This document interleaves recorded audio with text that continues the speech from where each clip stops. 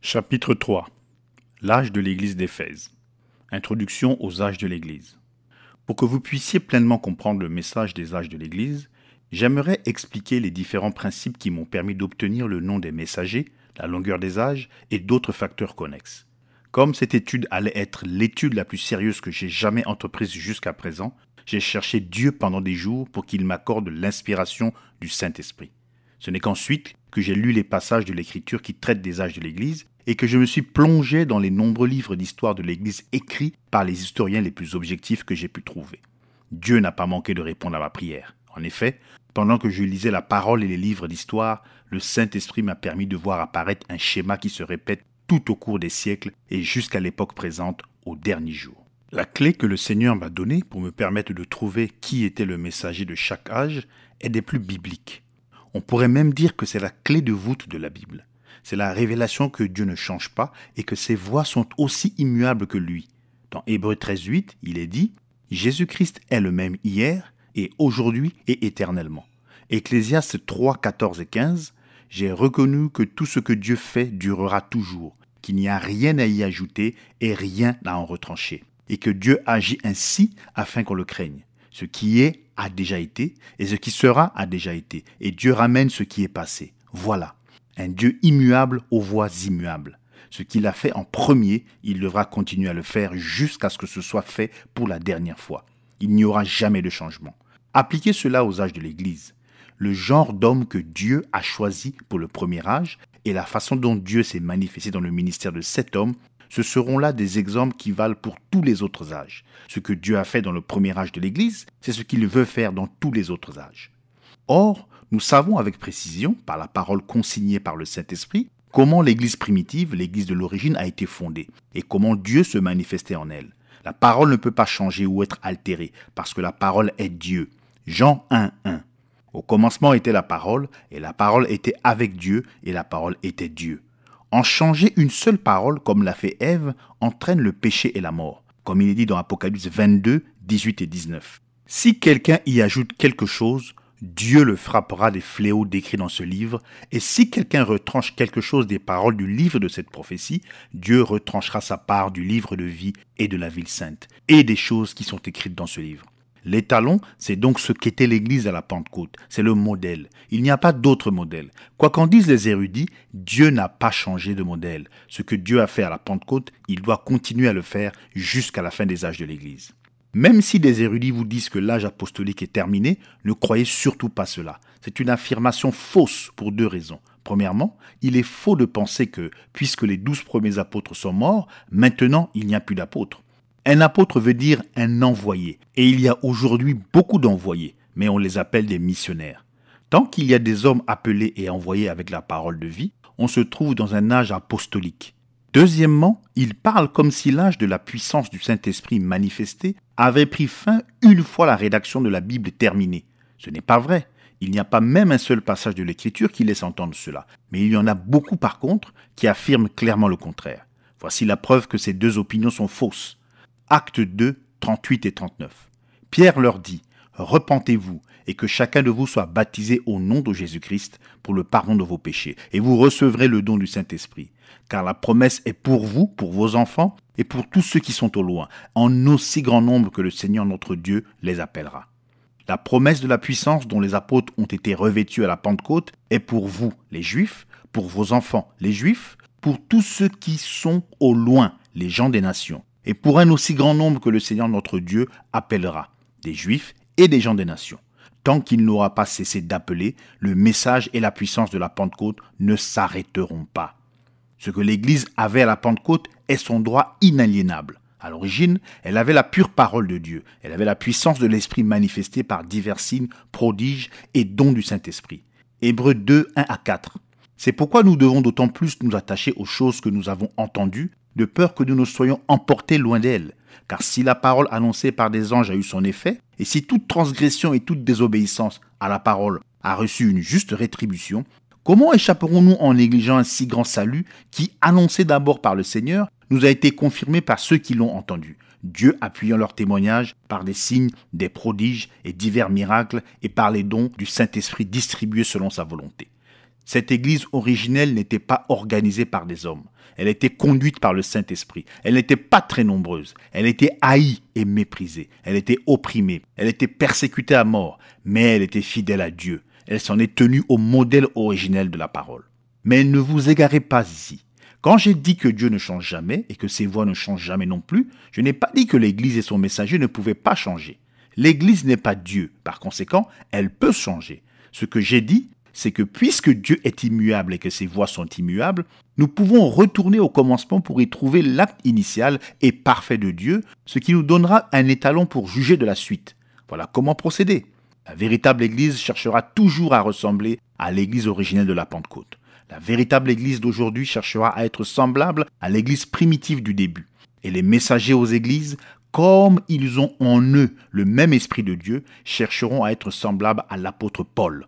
Ils ne seront pas exactement semblables à lui, mais les véritables messagers seront ceux qui seront le plus proches de Paul, qui était libre de tous les hommes, entièrement livré à Dieu, qui apportait uniquement la parole de Dieu et qui manifestait le Saint-Esprit avec puissance. Rien d'autre ne ferait l'affaire. Il faut partir de l'original. Comme un modèle original produit des exemplaires conformes, la véritable Église ne manquera jamais d'être celle qui essaie de suivre les traces de ses fondateurs de la Pentecôte, et ses messagers suivront l'apôtre Paul, le premier messager du premier âge de l'Église. C'est tout simple et combien merveilleux. Au moyen de cette clé toute simple, mais tellement merveilleuse, j'ai pu, avec l'aide du Saint-Esprit, lire le livre de l'Apocalypse et les livres d'histoire pour y trouver chaque âge, chaque messager, la durée de chaque âge et le rôle que chacun d'eux a joué dans le plan de Dieu de la Pentecôte jusqu'à la fin de ces âges. Puisque vous comprenez maintenant comment nous discernons ce qu'était la véritable Église, d'après ce qu'elle était à la Pentecôte et ce qu'elle était dans l'âge apostolique, comme l'expose la parole dans le livre des Actes, nous pouvons nous servir de la même règle pour montrer comment l'Église a échoué. L'erreur fondamentale ou les erreurs fondamentales qui se sont glissées dans l'Église primitive et qui sont révélées dans le livre des Actes et dans celui de l'Apocalypse, ainsi que dans les Épîtres, vont se manifester de plus en plus visiblement dans chacun des âges qui va suivre, jusqu'à en arriver à une disparition complète de la vérité dans le dernier âge, celui de Laodicée. Ainsi, de cette première clé que nous avons reçue du Seigneur, découle une autre vérité un peu moins glorieuse. J'ai dit que la véritable Église chercherait toujours à être semblable à ce qu'elle était dans le livre des Actes. C'est tout à fait exact. Mais nous avons découvert que la parole enseigne aussi qu'il y aura une invasion de l'erreur, devant aboutir à une disparition complète de la vérité au dernier jour, juste avant que le Seigneur apparaisse. Une question nous vient alors à l'esprit. Dieu abandonne-t-il les siens et les laisse-t-il tomber dans un état de séduction totale? Aucunement, car l'Écriture dit très clairement dans Matthieu 24, 24 que les élus ne peuvent pas être séduits, car il s'élèvera de faux Christ et de faux prophètes. Ils feront de grands prodiges et des miracles, au point de séduire, s'il était possible, même les élus. Qu'en est-il donc? La réponse nous est clairement apportée. Il y a une véritable Église et une fausse Église. Il y a une vraie vigne et une fausse vigne. Mais il est évident que cette fausse Église, ce corps de la fausse vigne, essaiera toujours d'usurper la place de la véritable Église et prétendra toujours qu'elle est, elle, la vraie et l'authentique, et que l'élu ne l'est pas. La fausse essaiera de tuer la vraie. Il en était ainsi dans le livre des Actes. C'est cela qui est annoncé dans les 7 âges, et c'est ce qui est déclaré dans les diverses épîtres. C'est ainsi que cela s'est passé. C'est ainsi que c'est maintenant. C'est ainsi que ce sera. Cela ne peut pas changer. Assurons-nous bien qu'il n'y ait aucune confusion dans notre esprit en ce moment. Cherchons donc si la parole confirme cette affirmation. Retournons au livre du commencement, la Genèse. Dans le jardin d'Éden, il y avait 2 arbres. L'un était bon, l'autre était mauvais. L'un produisait la vie, l'autre produisait la mort. Il y avait 2 enfants qui ont offert des sacrifices à Dieu à l'origine. Je répète, ils ont tous les 2 offert des sacrifices à Dieu. Genèse 4, 3 à 5. Au bout de quelque temps, Caïn fit à l'Éternel une offrande des fruits de la terre, et Abel de son côté en fit une des premiers-nés de son troupeau et de leur graisse. L'Éternel porta un regard favorable sur Abel et sur son offrande, mais il ne porta pas un regard favorable sur Caïn et sur son offrande. Mais l'un, Caïn, était mauvais, car il était de son père, le malin, alors qu'Abel était juste devant le Seigneur. Il y a eu encore 2 enfants de la chair des mêmes parents. Ce sont les jumeaux d'Isaac et de Rebecca. L'un était l'élu de Dieu et l'autre était un réprouvé. Les 2 adoraient Dieu. Dans chaque cas, il a été question d'adorer Dieu. Dans chaque cas, le méchant haïssait le juste et persécutait le juste. Dans certains cas, le méchant a fait périr le juste. Mais remarquez, ils étaient plantés ensemble, ils vivaient ensemble, ils se disaient tous les deux de Dieu et tous les deux adoraient Dieu. Ces images illustrent de façon parfaite la parabole du Seigneur Jésus-Christ quand il a dit que le royaume des cieux est semblable à un homme qui a semé une bonne semence et qu'ensuite un ennemi est venu semer de l'ivraie parmi ces bonnes semences. Ce n'est pas Dieu qui a semé l'ivraie, c'est Satan qui a semé cette ivraie en plein milieu de la bonne semence de Dieu. Ces deux sortes de plantes, de gens, issues de deux semences différentes, ont poussé ensemble. Elles se sont nourries de la même terre. Elles ont partagé le même soleil, la même pluie et tous les autres bienfaits. Et elles ont toutes les deux été moissonnées le moment venu. Voyez-vous cela ? N'oubliez jamais ces vérités alors que nous étudierons les âges de l'Église et, plus tard, les sceaux. Et surtout, n'oubliez pas que c'est dans ce dernier âge, quand l'ivraie est liée pour être brûlée, qu'elle rejettera le blé qui doit être engrangé par le Seigneur. Je voudrais aller jusqu'au bout de cette pensée, alors faisons un pas de plus. Avez-vous déjà étudié l'histoire des réveils ? Un réveil, c'est Dieu qui agit avec puissance. Et chaque fois que Dieu agit, Satan, lui aussi, est là pour agir. C'est inévitable. À l'époque du glorieux réveil du pays de Galles, chose que la plupart des gens ignorent, les asiles psychiatriques se sont rapidement remplis et il y a eu une grande manifestation de puissance diabolique pour détourner de Dieu l'attention des gens. Il est écrit qu'à l'époque de Wesley, les gens faisaient des choses très étranges, provenant incontestablement de Satan, pour tourner en dérision la bonté et la puissance de Dieu. À l'époque de Luther, il est dit que le miracle de son ministère ne résidait pas dans le fait qu'il soit parvenu à protester contre l'Église catholique romaine, mais que le miracle résidait dans le fait qu'il ait pu rester lucide et équilibré et qu'il le soit resté au milieu des fanatiques qui étaient souvent remplis et conduits par des faux esprits. Et si vous êtes au courant du ministère de ce dernier jour, vous aurez remarqué la même invasion d'esprits faux et mauvais. Il faut qu'il en soit ainsi. Alors, j'espère et je veux croire que vous êtes assez spirituel pour saisir ceci et pour en tirer profit. Pour clore cette réflexion sur la vraie vigne et la fausse vigne qui s'entremêlent et qui manifestent les deux esprits à l'œuvre, examinons 1 Jean 4, 1 à 4 et Jude 3, 4 et 12. Bien-aimés, n'ajoutez pas foi à tout esprit, mais éprouvez les esprits pour savoir s'ils sont de Dieu, car plusieurs faux prophètes sont venus dans le monde. Reconnaissez à ceux-ci l'esprit de Dieu. Tout esprit qui confesse Jésus-Christ venu en chair est de Dieu. Et tout esprit qui ne confesse pas Jésus-Christ venu en chair n'est pas de Dieu. C'est celui de l'Antéchrist, dont vous avez appris la venue et qui maintenant est déjà dans le monde. Vous, petits enfants, vous êtes de Dieu et vous les avez vaincus, l'esprit Antéchrist, parce que celui, l'esprit de Dieu, qui est en vous, est plus grand que celui qui est dans le monde. Jude 3, 4 et 12. Bien-aimés, quand j'usais de toute diligence pour vous écrire de notre commun salut, je me suis trouvé dans la nécessité de vous écrire afin de vous exhorter à combattre pour la foi qui a été une fois enseignée aux saints. Car certains hommes, pas des saints, se sont glissés parmi les fidèles. Ils ne sont pas entrés dans la bergerie par la porte. Par conséquent, ce sont des voleurs. Inscrits jadis à l'avance pour ce jugement, des impies qui changent la grâce de notre Dieu en dissolution et qui renient notre seul Maître et Seigneur Jésus-Christ. Ceux-ci, ils sont des tâches dans vos agapes, faisant des festins avec vous sans crainte, se repaissant eux-mêmes. Au vu de ces passages de l'Écriture, on ne peut pas nier que la véritable Église et la fausse Église sont entremêlées, car elles ont été plantées ensemble, mais sont issues de semences différentes. Et puis, je pense qu'il y a encore quelque chose que vous devriez savoir. Les 7 églises auxquelles Jean s'adresse se trouvent en Asie mineure, et elles sont toutes des églises des nations.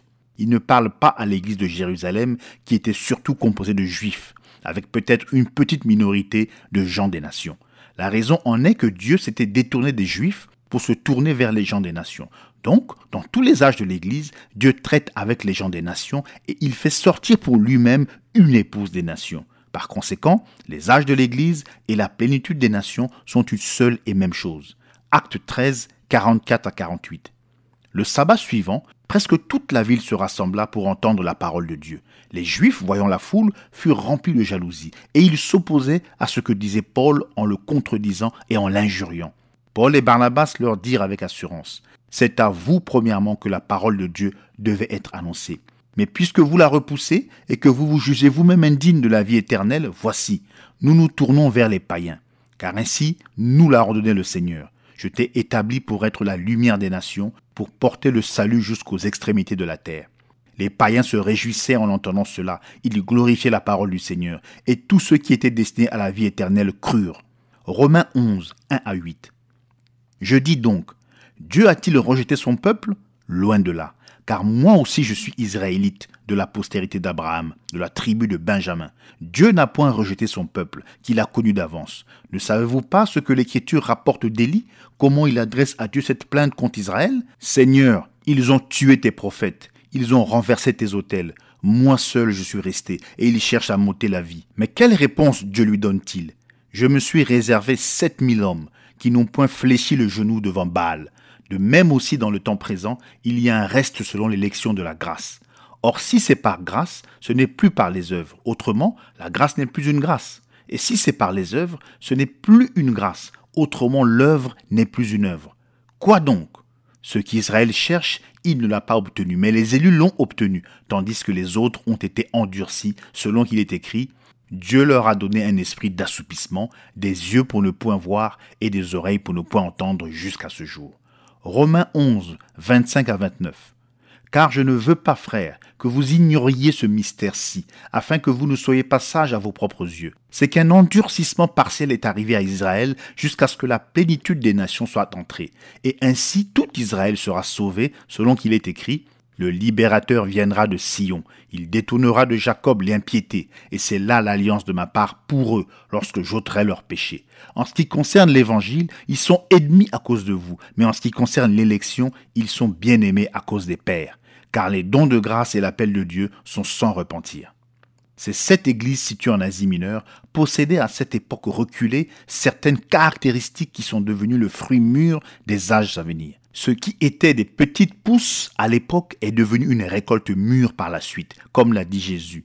Car si l'on fait ces choses au bois vert, qu'arrivera-t-il au bois sec? Luc 23, 31. Le message à l'âge de l'église d'Éphèse. Apocalypse 2, 1 à 7. Écrit à l'ange de l'église d'Éphèse. Voici ce que dit celui qui tient les 7 étoiles dans sa main droite, celui qui marche au milieu des 7 chandeliers d'or. Je connais tes œuvres, ton travail et ta persévérance.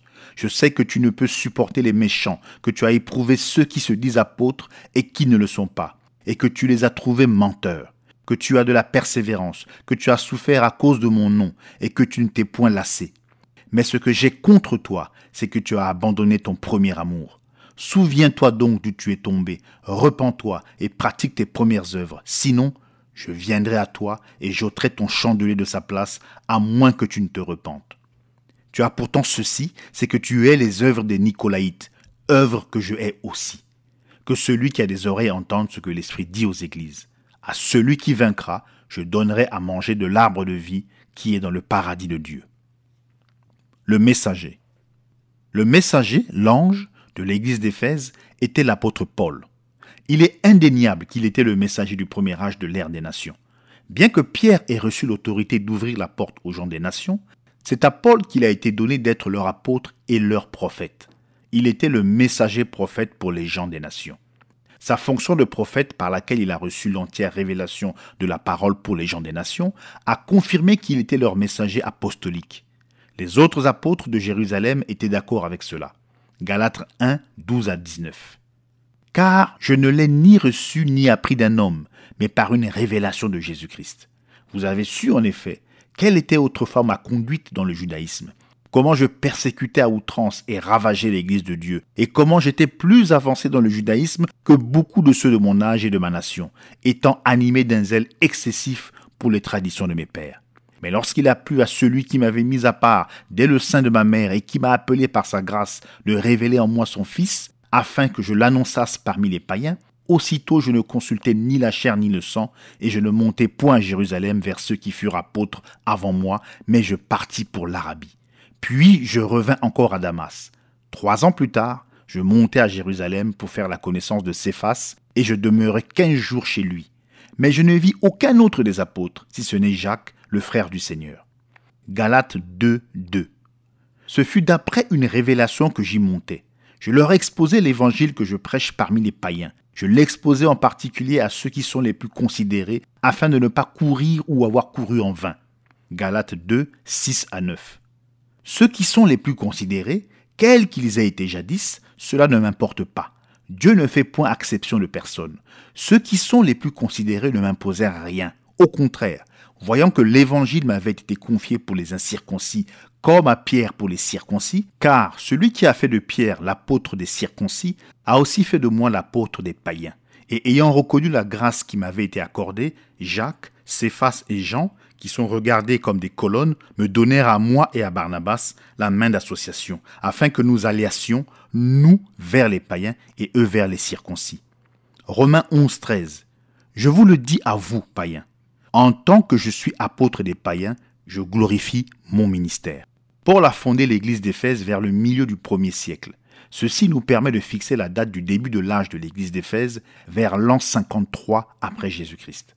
Sa façon d'apporter la parole est le modèle que tous les messagers ultérieurs allaient aspirer à suivre. C'est d'ailleurs aussi le modèle de tout véritable serviteur de Dieu, même si ce dernier n'atteindra pas les mêmes sommets que Paul dans le domaine prophétique. Le ministère de Paul avait 3 qualités que voici. Premièrement, Paul était absolument fidèle à la parole.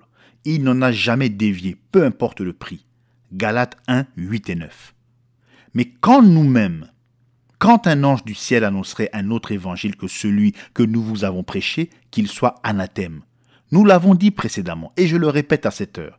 Si quelqu'un vous annonce un autre évangile que celui que vous avez reçu, qu'il soit anathème. Galates 2, 11, 14. Mais lorsque Céphas vint à Antioche, je lui résistai en face, parce qu'il était répréhensible. Voyant qu'il ne marchait pas droit selon la vérité de l'évangile, je dis à Céphas en présence de tous, « Si toi qui es juif, tu vis à la manière des païens et non à la manière des juifs, pourquoi forces-tu les païens à judaïser » 1 Corinthiens 14, 36 et 37. Est-ce de chez vous que la parole de Dieu est sortie, ou est-ce à vous seul qu'elle est parvenue ? Si quelqu'un croit être prophète ou spirituel, qu'il reconnaisse que ce que je vous écris est un commandement du Seigneur. Remarquez que Paul n'avait pas d'organisation, mais qu'il était conduit par l'Esprit, comme Moïse, quand Dieu agissait à travers lui pour conduire Israël hors d'Égypte. Ce n'est pas le conseil de Jérusalem qui a envoyé Paul, pas plus que ce conseil n'avait de pouvoir ou d'autorité sur lui. C'est Dieu et Dieu seul qui l'envoyait et le conduisait. Paul n'était pas des hommes, mais de Dieu. Galates 1.1. Paul, apôtre, non de la part des hommes, ni par un homme, mais par Jésus-Christ et Dieu le Père, qui l'a ressuscité des morts. Galates 2, 3 à 5. Mais Tite, qui était avec moi et qui était grec, ne fut pas même contraint de se faire circoncire. Et cela à cause des faux frères qui s'étaient furtivement introduits et glissés parmi nous pour épier la liberté que nous avons en Jésus-Christ avec l'intention de nous asservir. Nous ne leur cédâmes pas un instant et nous résistâmes à leurs exigences afin que la vérité de l'Évangile soit maintenue parmi vous. Deuxièmement, son ministère était dans la puissance de l'Esprit, de sorte qu'il démontrait la parole parlée et écrite. 1 Corinthiens 2, 1 à 5. Pour moi, frère, lorsque je suis allé chez vous, ce n'est pas avec une supériorité de langage ou de sagesse que je suis allé vous annoncer le témoignage de Dieu. Car je n'ai pas eu la pensée de savoir parmi vous autre chose que Jésus-Christ et Jésus-Christ crucifié.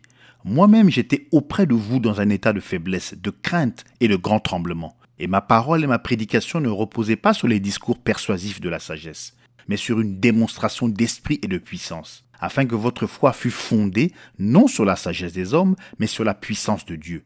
Acte 14, 8 à 10.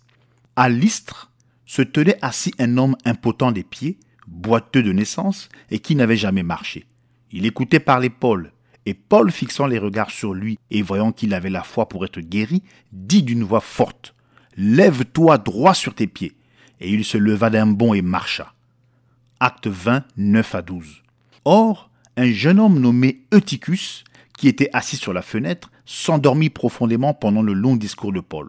Entraîné par le sommeil, il tomba du 3e étage en bas, et quand on voulut le relever, il était mort. Mais Paul étant descendu, se pencha sur lui et le prit dans ses bras en disant « Ne vous troublez pas, car son âme est en lui. » Quand il fut remonté, il rompit le pain et mangea, et il parla longtemps encore jusqu'au jour. Après quoi il partit. Le jeune homme fut ramené vivant, et ce fut le sujet d'une grande consolation. Acte 28, 7 à 9. Il y avait dans les environs des terres appartenant au principal personnage de l'île, nommé Publius, qui nous reçut et nous logea pendant 3 jours de la manière la plus amicale. Le père de Publius était alors au lit, malade de la fièvre et de la dysenterie. Paul, s'étant rendu vers lui, pria, lui imposa les mains et le guérit. Là-dessus vinrent les autres malades de l'île et ils furent guéris. 2 Corinthiens 12:12. Les preuves de mon apostolat ont éclaté au milieu de vous par une patience à toute épreuve, par des signes, des prodiges et des miracles. Troisièmement, il portait de toute évidence le fruit de son ministère reçu de Dieu. 2 Corinthiens 12:11. J'ai été un insensé. Vous m'y avez contraint. C'est par vous que je devais être recommandé, car je n'ai été inférieur en rien aux apôtres par excellence, quoique je ne sois rien. 1 Corinthiens 9:2. Si pour d'autres je ne suis pas apôtre, je le suis au moins pour vous, car vous êtes le sceau de mon apostolat dans le Seigneur. 2 Corinthiens 11:2.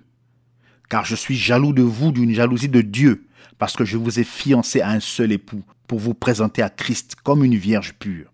Paul avait été un moyen utilisé pour faire entrer des foules de brebis des nations. Il les nourrissait, il s'occupait d'eux jusqu'à ce qu'ils portent du fruit de justice et qu'ils soient préparés à rencontrer le Seigneur comme une partie de l'épouse des nations. Au moment où la révélation de l'Apocalypse a été donnée, d'après la tradition, Paul était déjà mort en martyr. Mais Jean poursuivait l'œuvre à sa place exactement comme Paul l'avait fait à l'époque de son ministère. Le fait que Paul soit mort avant que l'Apocalypse soit donné n'enlève rien au fait qu'il était le messager de l'âge de l'église d'Éphèse.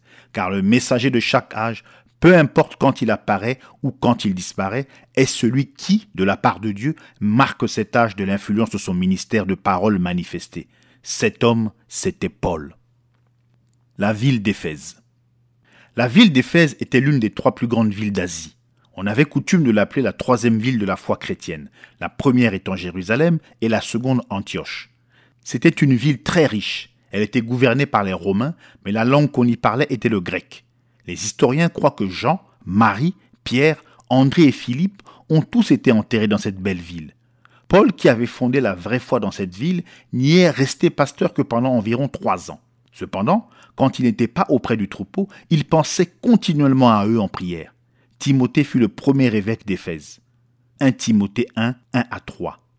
Paul, apôtre de Jésus-Christ, par ordre de Dieu notre Sauveur et du Seigneur Jésus-Christ, notre espérance, à Timothée, mon enfant légitime en la foi, que la grâce, la miséricorde et la paix te soient données de la part de Dieu le Père et de Jésus-Christ notre Seigneur. Je te rappelle l'exhortation que je t'adressais à mon départ pour la Macédoine, lorsque je t'engageais à rester à Éphèse, afin de recommander à certaines personnes de ne pas enseigner d'autres doctrines. Le nom d'Éphèse lui-même a un sens composé étonnant, viser et relâcher. Les aspirations élevées de cet âge, qui avait débuté avec la plénitude de l'esprit, la profondeur de Dieu par laquelle il visait la vocation céleste de Dieu, commençaient à céder la place à une attitude moins vigilante.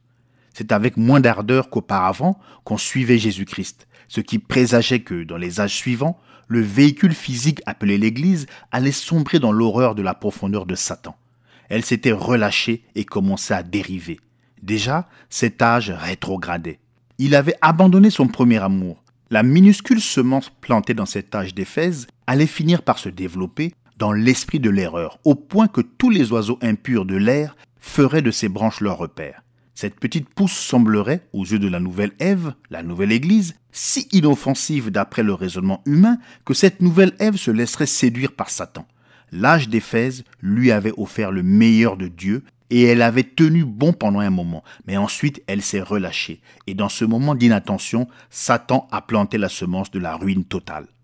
Même la religion d'Éphèse est un type parfait de ce premier âge de l'Église et elle donne le ton pour les âges à venir. En premier lieu, le magnifique temple de Diane, qu'on avait mis tant d'années à bâtir, renfermait dans ses enceintes sacrées une statue de Diane des plus ternes et banales. Cette statue était tout à fait différente de celle qu'on trouvait dans les autres temples dédiés à cette divinité. Elle était constituée d'une figure féminine, informe, dont la partie inférieure se fondait dans le bloc de bois duquel elle était taillée. Ses 2 bras n'étaient rien d'autre que 2 barres de fer. Comme ceci représente parfaitement l'esprit de l'Antéchrist qui a été relâché dans le premier âge. Il avait été relâché parmi les gens, mais il ne revêtait pas une forme qui aurait pu les alarmer. Pourtant, les 2 barres de fer qui constituaient les bras montraient que son intention était d'écraser l'œuvre de Dieu par le biais de ses incursions. Et personne ne semblait le remarquer, ni lui, ni ce qu'il faisait. Mais un jour, ils allaient le remarquer quand il allait utiliser ses bras de fer pour faire de ses œuvres une doctrine qui allait devenir la loi d'un empire. La façon dont était organisé le service du temple est aussi très révélatrice. D'abord, il y avait des prêtres, qui étaient des eunuques. Cette prêtrise stérile préfigurait la stérilité d'un peuple qui s'éloignerait de la parole, car un peuple qui prétend connaître Dieu en dehors de la parole est tout aussi dépourvu de vie qu'un eunuque stérile. Deuxièmement, le temple renfermait les prêtresses vierges qui accomplissaient les actes religieux du temple. Ceci annonçait le jour où les cérémonies et les formes, les rituels et les œuvres prendraient la place du Saint-Esprit et où les manifestations charismatiques cesseraient de remplir le temple de Dieu. Au-dessus de tout ceci se trouvait le grand prêtre, un homme doté d'un pouvoir politique et d'une grande influence. C'était là le signe d'un processus qui avait déjà commencé, même s'il n'était pas encore clairement manifesté. L'Église ne tarderait pas à être livrée à la conduite de l'homme avec des plans humains et des ambitions humaines, et l'ainsi dit le Saint-Esprit cesserait d'être une réalité vivante. Soumis à tous ces personnages se trouvaient les esclaves du temple qui n'avaient d'autre choix que d'obéir à la hiérarchie religieuse. Qu'est-ce que cela signifie? Sinon que le clergé en place allait un jour réduire en esclavage les laïcs au moyen de manœuvres politiques avec l'aide de l'État et en remplaçant la parole et l'esprit par des credos, des dogmes et la conduite des hommes, pendant que les dirigeants se prélasseraient dans une richesse mal acquise et jouiraient de plaisirs souillés et que les pauvres gens du peuple qui, selon Dieu, devaient être servis deviendraient les serviteurs. Jésus, son messager et ses églises. Apocalypse 2:1. Voici ce que dit celui qui tient les 7 étoiles dans sa main droite, celui qui marche au milieu des 7 chandeliers d'or. C'est ici celui de qui il est dit, ce même Jésus est à la fois Seigneur et Christ. Le voici, le seul et unique Seigneur, Dieu Tout-Puissant. Et il n'y en a point d'autre que lui. Le voici, le Sauveur. Le salut vient de l'Éternel, Jonas 2:10, qui marche au milieu des églises tout au long des 7 âges. Ce qu'il était au premier âge, il l'est dans tous les âges. Pour chaque croyant, il est Jésus-Christ, le même hier, aujourd'hui et pour toujours. Ce qu'il a fait une fois, il le fait encore, et il continuera à le faire. Vous remarquerez ici que Jésus marche seul au milieu de ses églises. Il n'y a personne d'autre avec lui. Il ne peut pas y en avoir, car c'est lui seul qui a accompli son salut. Et comme il l'a racheté par son propre sang, elle lui appartient. Il est son Seigneur et son Maître. Elle lui donne toute la gloire. Et il ne partagera pas cette gloire avec un autre. Il n'y a aucun pape avec lui. Il n'y a aucun archevêque avec lui. Marie, la mère de son corps terrestre, n'est pas avec lui. Il ne parle pas en se tournant vers un Père, car il est le Père. Il ne se tourne pas pour donner des ordres à un Saint-Esprit, car il est Dieu, l'Esprit éternel, et c'est sa vie qui se déverse et qui agit dans l'Église, qui lui donne la vie. Et sans lui, il n'y aurait pas de vie. Le salut vient de l'Éternel. Il n'y avait personne avec lui quand il a foulé l'ardeur de la colère de la fournaise ardente. Ce n'est pas un autre, mais c'est lui qui a été suspendu à la croix et qui a donné son sang. Il est le chef et le consommateur de notre foi. Il est l'alpha et l'oméga de notre salut. C'est à lui et à personne d'autre que nous sommes fiancés. Nous n'appartenons pas à l'Église. C'est à lui que nous appartenons. Sa parole fait loi. Les credos, les dogmes, les règlements et les chartes n'ont aucun effet sur nous. Oui, c'est Jésus seul qui marche au milieu des églises. C'est Dieu en elle qui produit le vouloir et le faire selon son bon plaisir. N'oubliez jamais cela. Vous n'avez qu'une relation avec Dieu et Dieu n'a qu'une relation avec vous. C'est Jésus et Jésus seul. Le voilà avec les 7 étoiles dans sa main droite. La main droite ou le bras représente la puissance et l'autorité de Dieu. Psaume 44, 4. Car ce n'est point par leur épée qu'ils se sont emparés du pays, ce n'est point par leurs bras qu'il les a sauvés, mais c'est ta droite, c'est ton bras, c'est la lumière de ta face, parce que tu les aimais. Dans cette main droite de puissance se trouvent 7 étoiles, qui d'après Apocalypse 1:20 sont les 7 messagers des églises. Ceci signifie que la puissance et l'autorité même de Dieu se trouvent derrière ces messagers pour chaque âge. Ces derniers avancent dans le feu et dans la puissance du Saint-Esprit avec la parole. Ils sont des étoiles parce qu'ils reflètent la lumière. La lumière qu'ils reflètent est sa lumière à lui. Ils n'ont pas de lumière par eux-mêmes. Ils n'allument pas leur propre feu pour que les hommes marchent à la lumière des étincelles qu'ils ont allumées. Ésaïe 50, 11. Il fait nuit, car c'est la nuit que les étoiles apparaissent. C'est la nuit des ténèbres du péché, car tous, c'est-à-dire le monde entier, ont péché et sont constamment privés de la gloire de Dieu. Romains 3, 23. Ces 7 messagers font connaître Dieu aux gens. Quiconque les reçoit, reçoit celui qui les a envoyés. Jean 13, 20.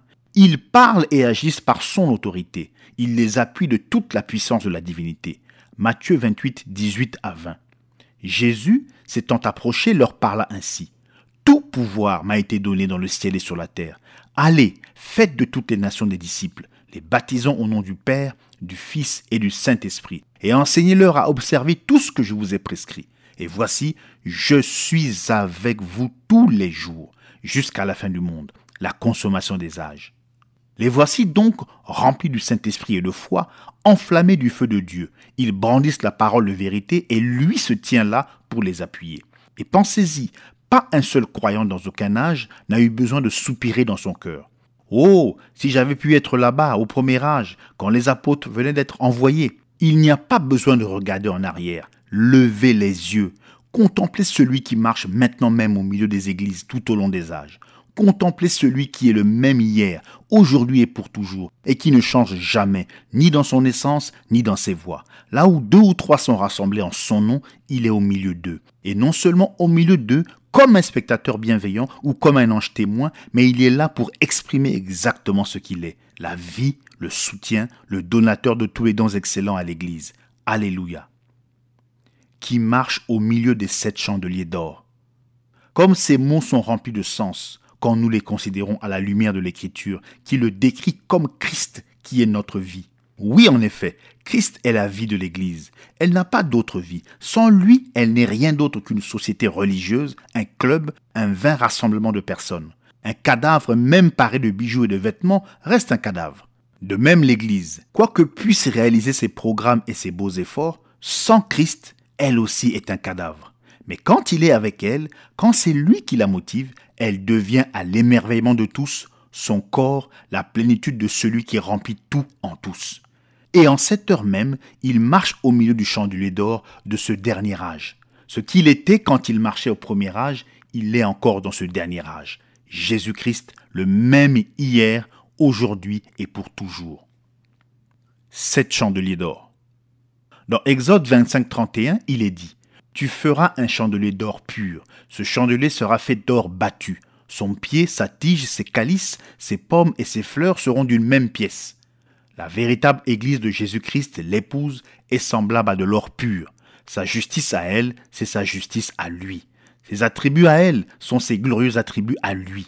Son identité à elle se trouve en lui. Ce que lui est, elle doit le refléter. Ce que lui a, elle doit le manifester. Il n'y a pas en elle de défaut. Elle est pleinement glorieuse à l'intérieur comme à l'extérieur. Du commencement à la fin, elle est l'œuvre de son Seigneur. Et toutes les œuvres du Seigneur sont parfaites. En fait, la sagesse et le dessein éternel de Dieu se trouvent cristallisés et manifestés en elle.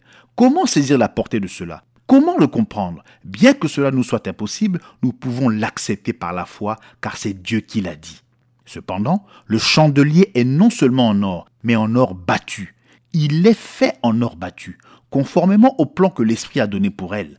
Qui d'autre, à part son Seigneur et son Maître Jésus-Christ, a jamais été battu et purgé autant que l'épouse de Jésus-Christ ? Assurément, elle achève les souffrances que Christ avait laissées. Elle est dépouillée de ses biens, sa vie est en danger. On la regarde comme une brebis destinée à la boucherie. On la met à mort tout le jour. Elle souffre beaucoup, mais malgré tout, elle ne se venge pas plus qu'elle ne fait souffrir les autres. Cette belle épouse de Christ est digne de l'Évangile. Et comme l'or est malléable, au contraire de l'airain qui se brise si on le bat, cet or de Dieu supportera les souffrances qu'il endure pour le Seigneur, sans être courbé, brisé ou détruit, mais formé par les épreuves et les tests de cette vie pour être beauté et joie pour toujours. Christ loue les siens. Apocalypse 2, 2 et 3. Je connais tes œuvres, ton travail et ta persévérance. Je sais que tu ne peux supporter les méchants, que tu as éprouvé ceux qui se disent apôtres et qui ne le sont pas, et que tu les as trouvés menteurs, que tu as de la persévérance, que tu as souffert à cause de mon nom et que tu ne t'es point lassé. Quelle admirable louange le Sauveur adresse à ses enfants. Il apprécie pleinement leur attitude et leur comportement spirituel. Il sait qu'il y a parmi eux des faiblesses, mais il ne s'élève pas encore contre celles-ci. N'est-ce pas tout à fait caractéristique du Seigneur ? Il sait nous encourager dans ce qui est bien et nous décourager de ce qui est mal.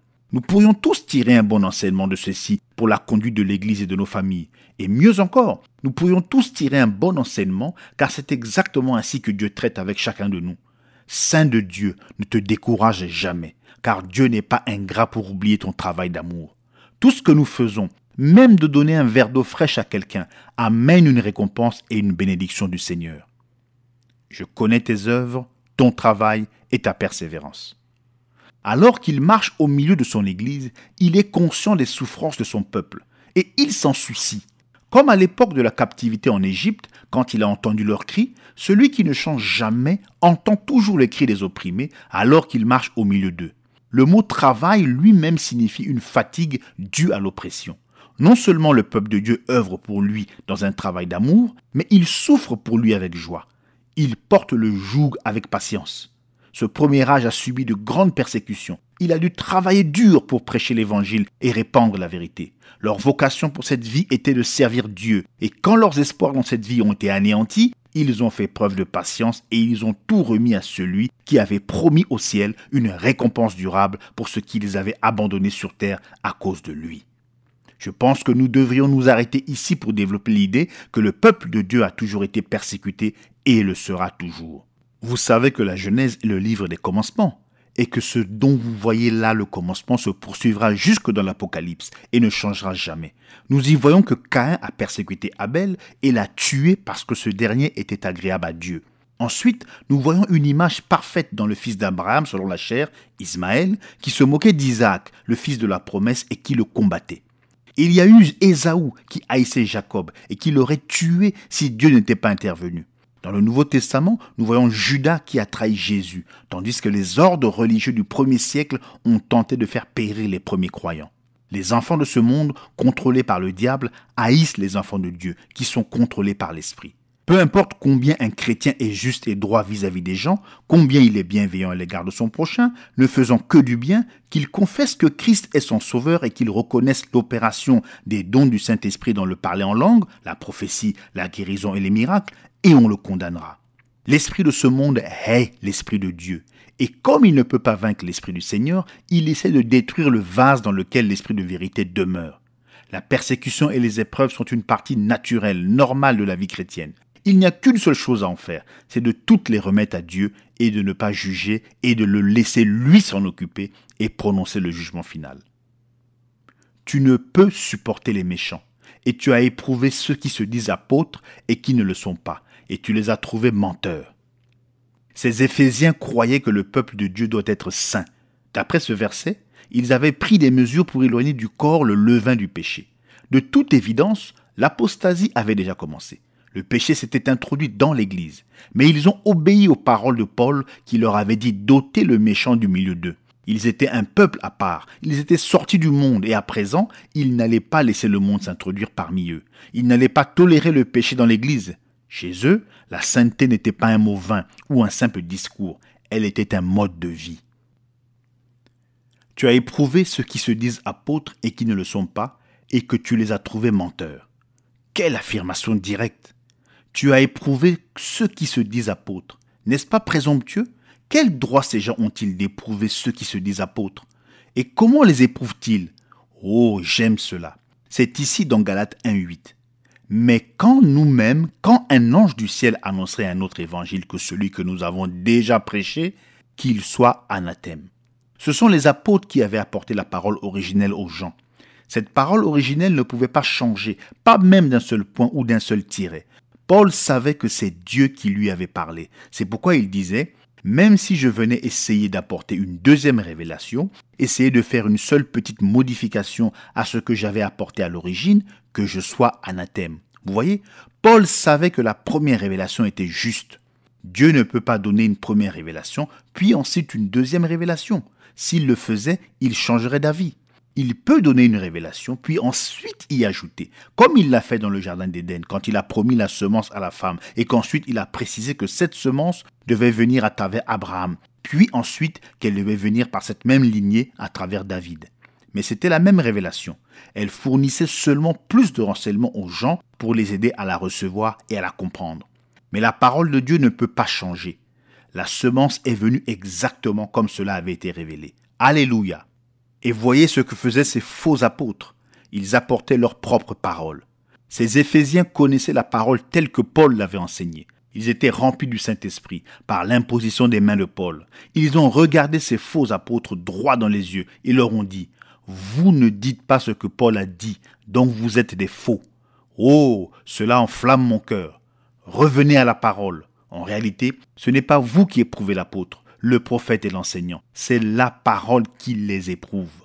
Un de ces jours, un prophète viendra à l'âge de l'église de Laodicée, et vous saurez si oui ou non il est vrai, celui que Dieu a envoyé. Oui, vous le saurez, car s'il est de Dieu, il se tiendra sur cette parole exactement telle que Dieu l'a donnée à Paul. Il ne déviera pas un seul instant de cette parole, pas même d'un iota. Dans ce dernier âge, où beaucoup de faux prophètes apparaîtront, observez-les, et vous les verrez sans cesse vous répéter que vous serez perdus si vous ne les croyez pas, eux et ce qu'ils disent. Mais quand ce prophète du dernier jour fera son entrée, s'il est réellement ce prophète, il criera « Revenez à la parole, sinon vous êtes perdus ». Il ne bâtira pas sur une révélation ou une interprétation particulière, mais sur la parole. Amen et amen. Ces faux apôtres sont les loups ravisseurs dont parlait Paul. Il disait « Une fois que je serai parti, ils essaieront de venir en prétendant avoir une révélation égale, mais leur but n'est pas de vous aider, mais de vous détruire. » Actes 20, 27 à 32. Car je vous ai annoncé tout le conseil de Dieu, sans rien en cacher. Prenez donc garde à vous-même et à tout le troupeau sur lequel le Saint-Esprit vous a établi évêque, pour paître l'Église de Dieu qu'il s'est acquise par son propre sang.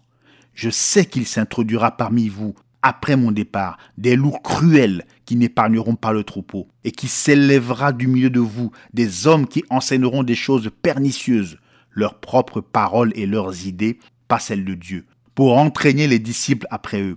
Veillez donc, vous souvenant que durant 3 années, je n'ai cessé nuit et jour d'exhorter avec larmes chacun de vous.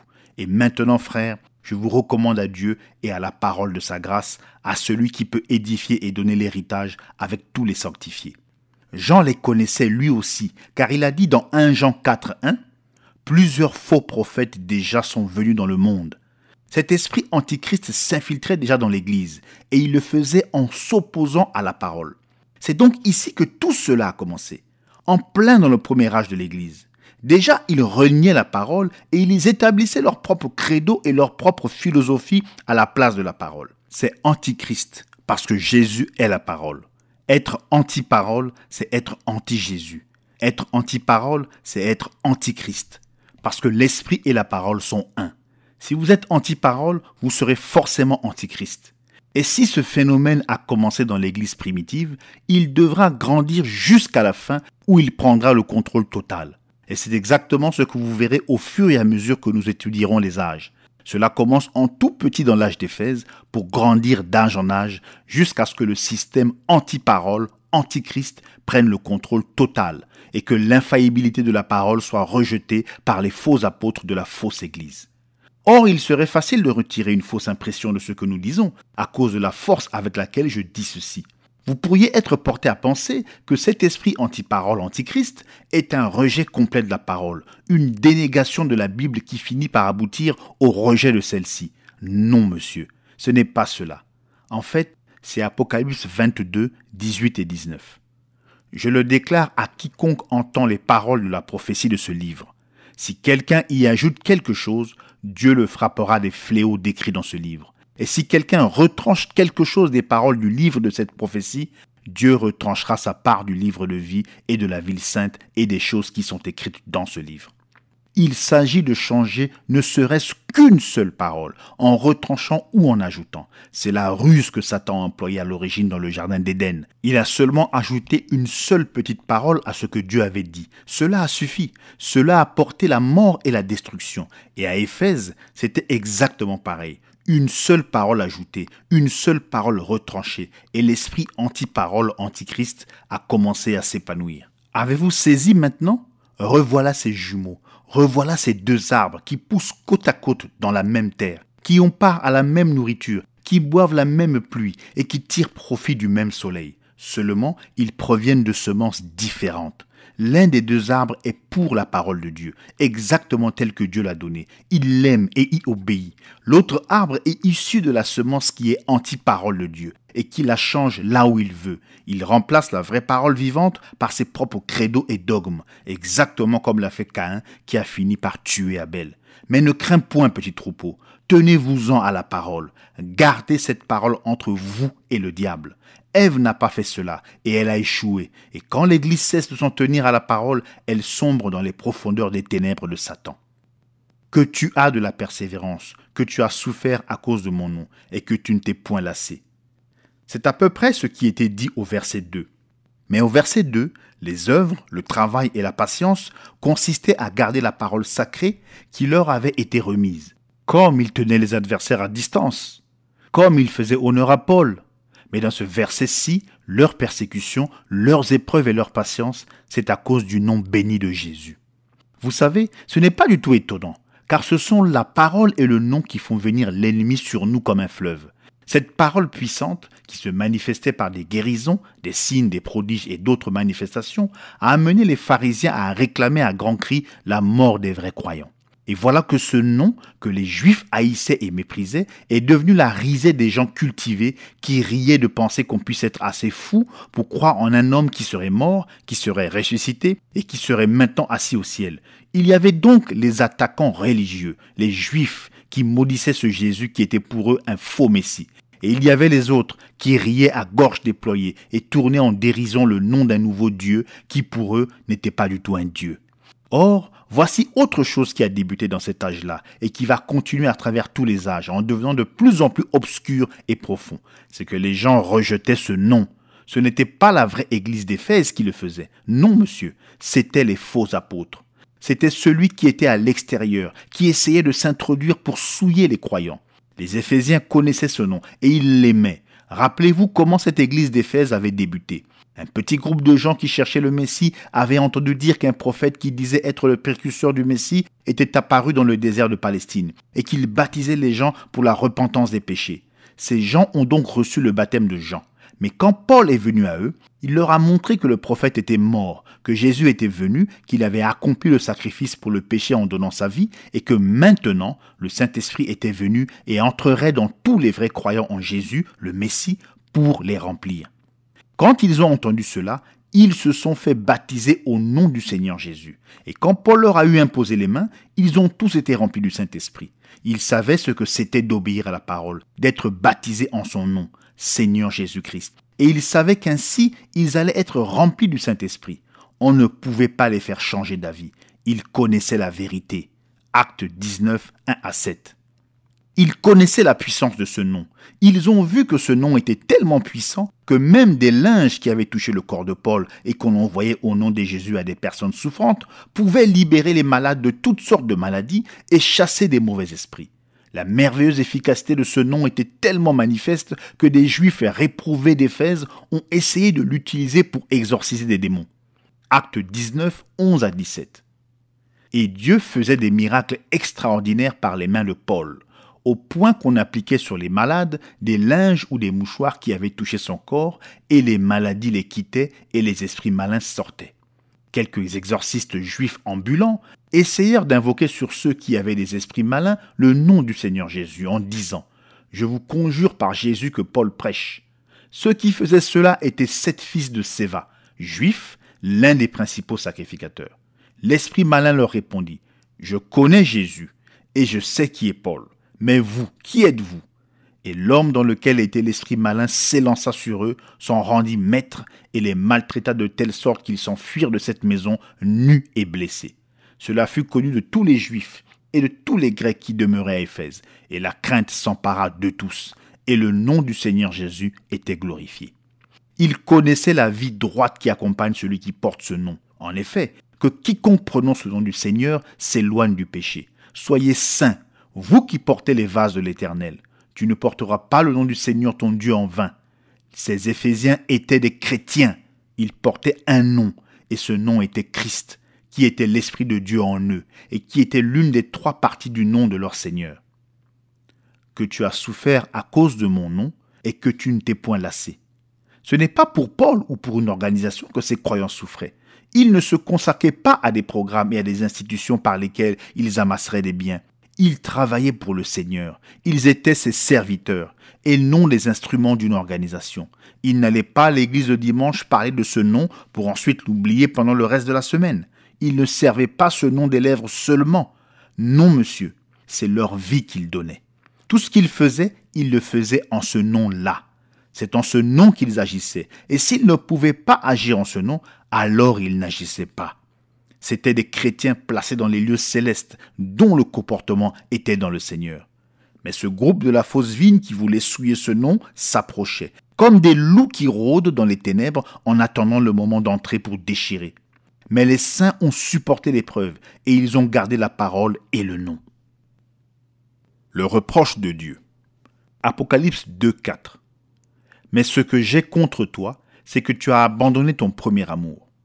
Pour comprendre ceci, vous devez savoir que l'Esprit ne parle pas seulement aux saints originels d'Éphèse. Ce message s'adresse à l'âge tout entier, qui a duré environ 120 ans. Ainsi, son message est destiné à toutes les générations incluses dans cette période. Or, l'histoire se répète toujours. Dans les générations d'Israël, nous voyons une génération qui connaît un réveil. Puis, déjà dans la génération suivante, les feux diminuent. Dans la troisième génération, il peut rester quelques braises encore rougeoyantes. Mais dans la quatrième génération, il peut ne plus rien rester de la flamme originelle. Alors Dieu rallume le feu et le même processus recommence. C'est tout simplement la manifestation de la vérité suivante. Dieu n'a pas de petits-enfants. Le salut n'est pas transmis par la naissance naturelle, pas plus que la succession apostolique n'existe. Ce n'est pas la parole.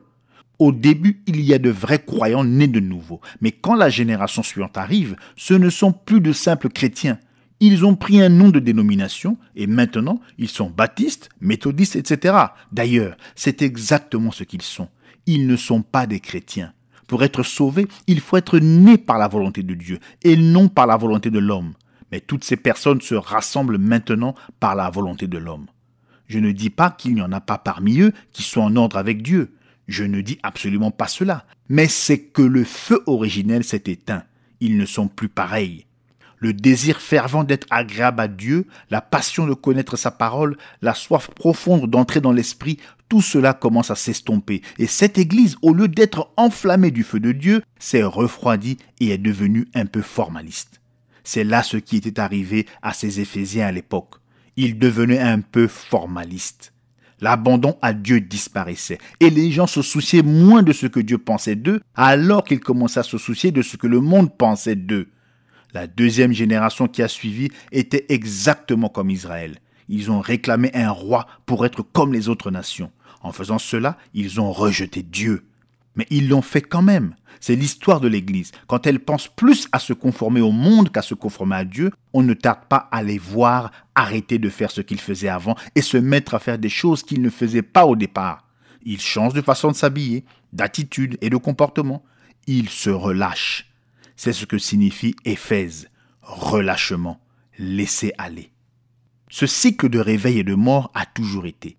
Il suffit de vous rappeler ce dernier mouvement de Dieu par l'Esprit. Quand les hommes et les femmes s'habillaient comme des chrétiens, qu'ils allaient à l'église, qu'ils priaient toute la nuit, qu'ils allaient au coin de la rue et qu'ils n'avaient pas honte des manifestations de l'Esprit. Ils quittaient leurs vieilles églises mortes et ils faisaient le culte dans des maisons ou de vieux entrepôts. Ils avaient une réalité.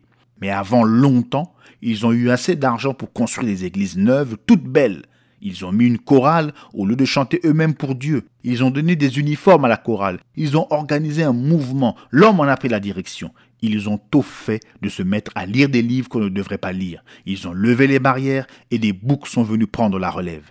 Les cris de joie avaient disparu. La liberté de l'esprit était partie. Oh, ils ont bien entretenu une forme, mais le feu s'était éteint et il ne reste pas grand-chose d'autre que des cendres noircies.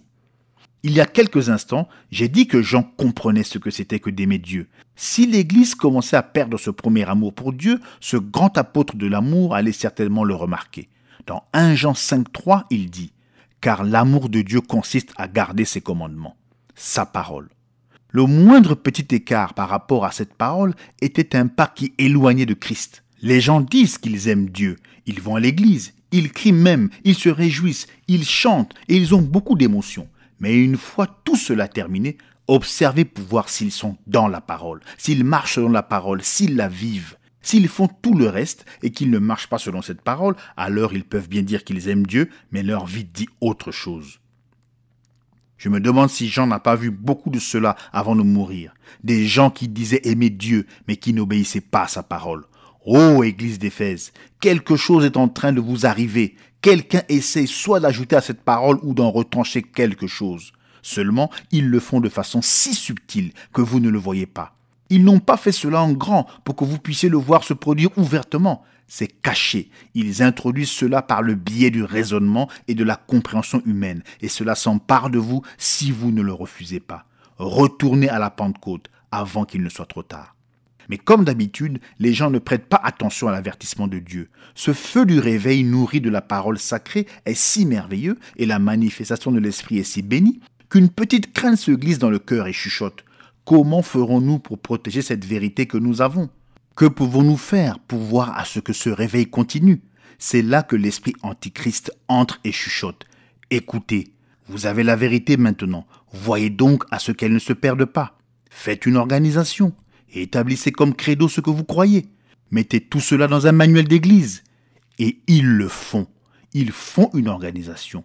Ils ajoutent à la parole et ils meurent, tout comme Ève est morte pour s'être méprise sur une seule parole. C'est la parole de Dieu qui donne la vie. Et ce qui compte, ce n'est pas ce que nous disons de la parole, mais c'est ce que Dieu a dit. L'avertissement de Dieu. Apocalypse 2,5. Souviens-toi donc d'où tu es tombé, repens-toi et pratique tes premières œuvres. Sinon, je viendrai à toi et j'ôterai ton chandelier de sa place, à moins que tu ne te repentes. Dieu leur demande de se souvenir. De toute évidence, quelque chose leur avait échappé.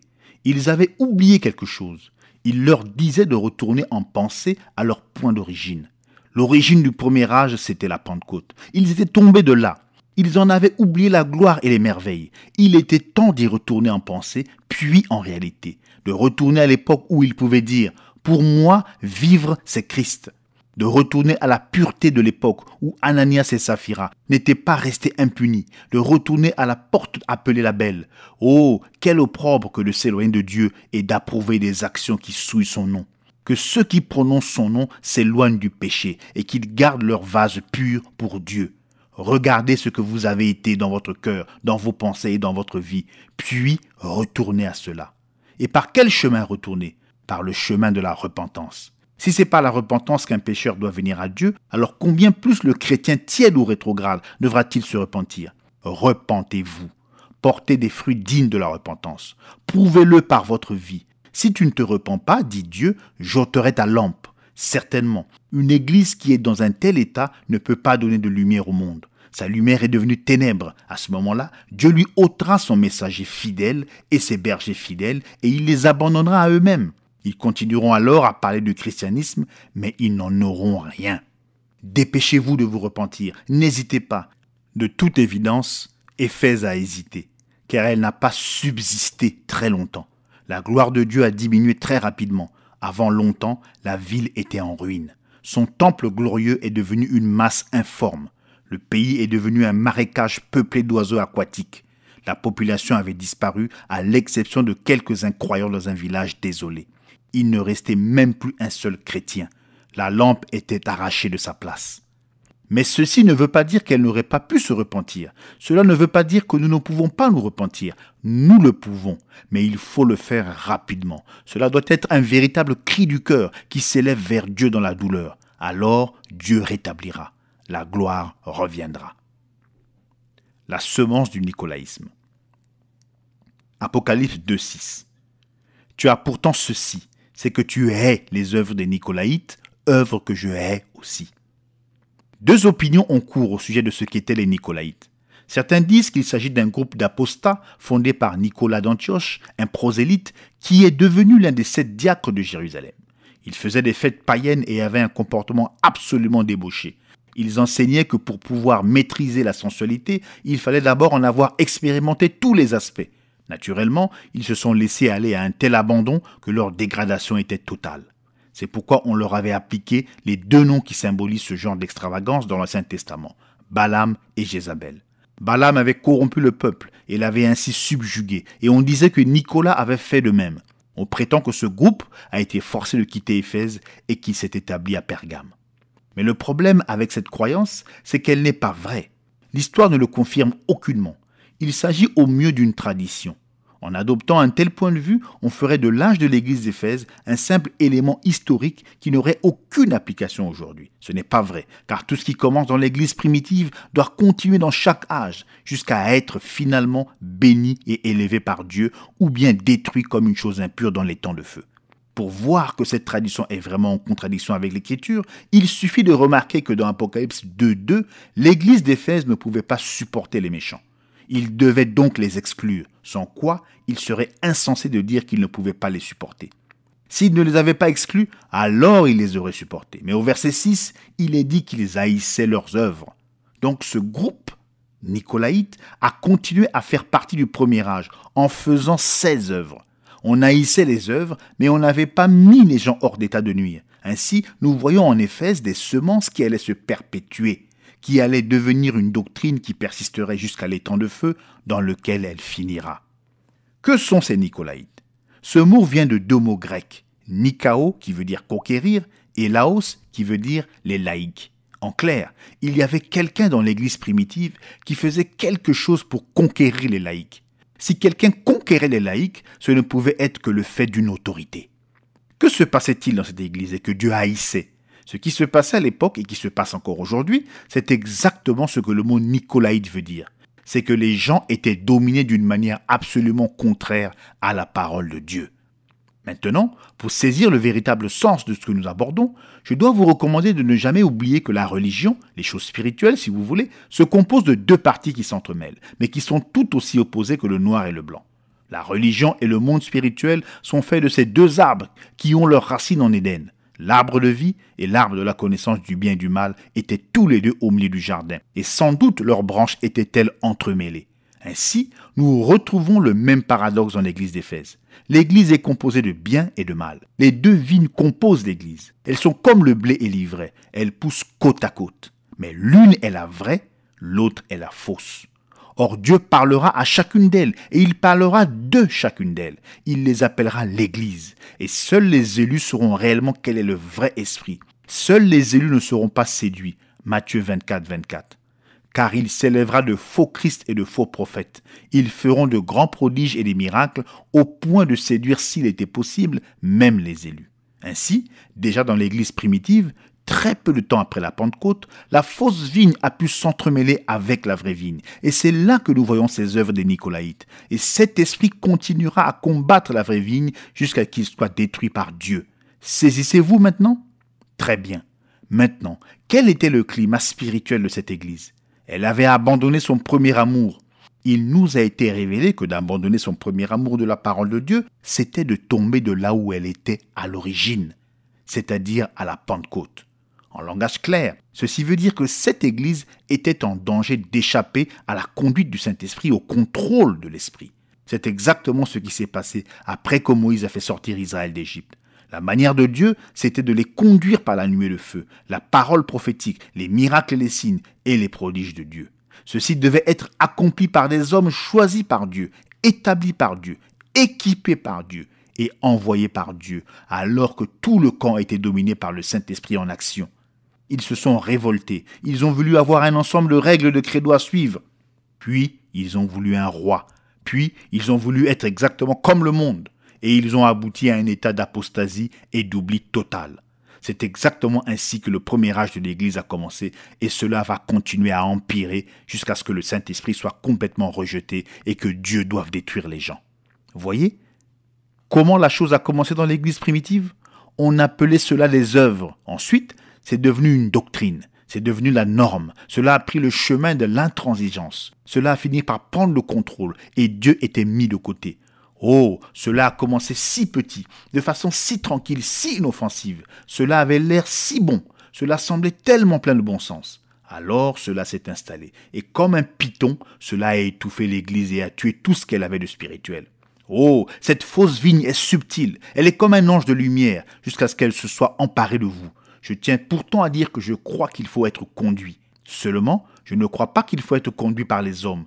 Je crois qu'il faut être conduit par le Saint-Esprit à travers la parole. Je crois aussi que Dieu a placé des hommes dans l'Église, des hommes qui sont doués par l'Esprit. Ce sont eux qui garderont l'Église en ordre. Je crois cela. Je crois aussi que l'Église est gouvernée par des hommes que Dieu envoie pour remplir cette fonction. mais il s'agit de gouverner par la parole, de sorte qu'en fait, ce ne sont pas les hommes qui gouvernent, mais c'est l'Esprit de Dieu, car la parole et l'Esprit sont un. Hébreux 13, 7. Souvenez-vous de vos conducteurs qui vous ont annoncé la parole de Dieu. Considérez quelle a été la fin de leur vie et imitez leur foi. Mais voyez ce qui est arrivé à cette époque. Cette fausse vigne acquérait une emprise et enseignait qu'il fallait que l'Église soit dirigée par l'homme.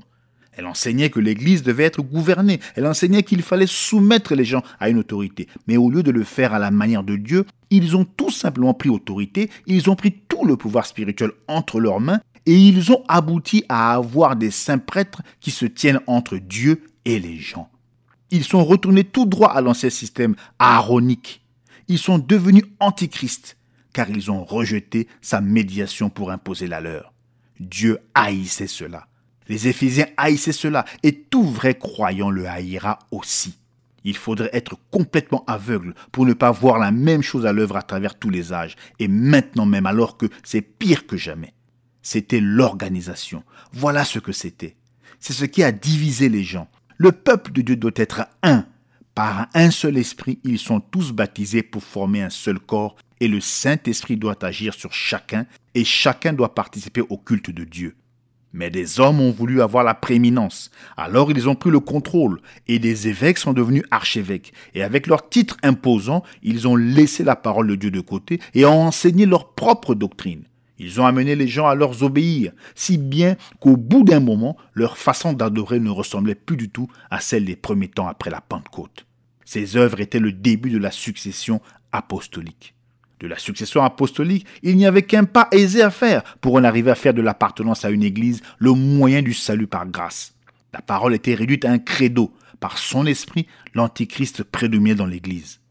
Considérez cela aujourd'hui. Si vous lisez Actes 2.4, comme certains le font, vous pourriez le lire comme ceci.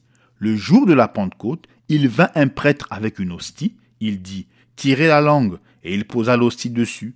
Il but lui-même un peu le vin, et il dit, vous avez maintenant reçu le Saint-Esprit. Incroyable!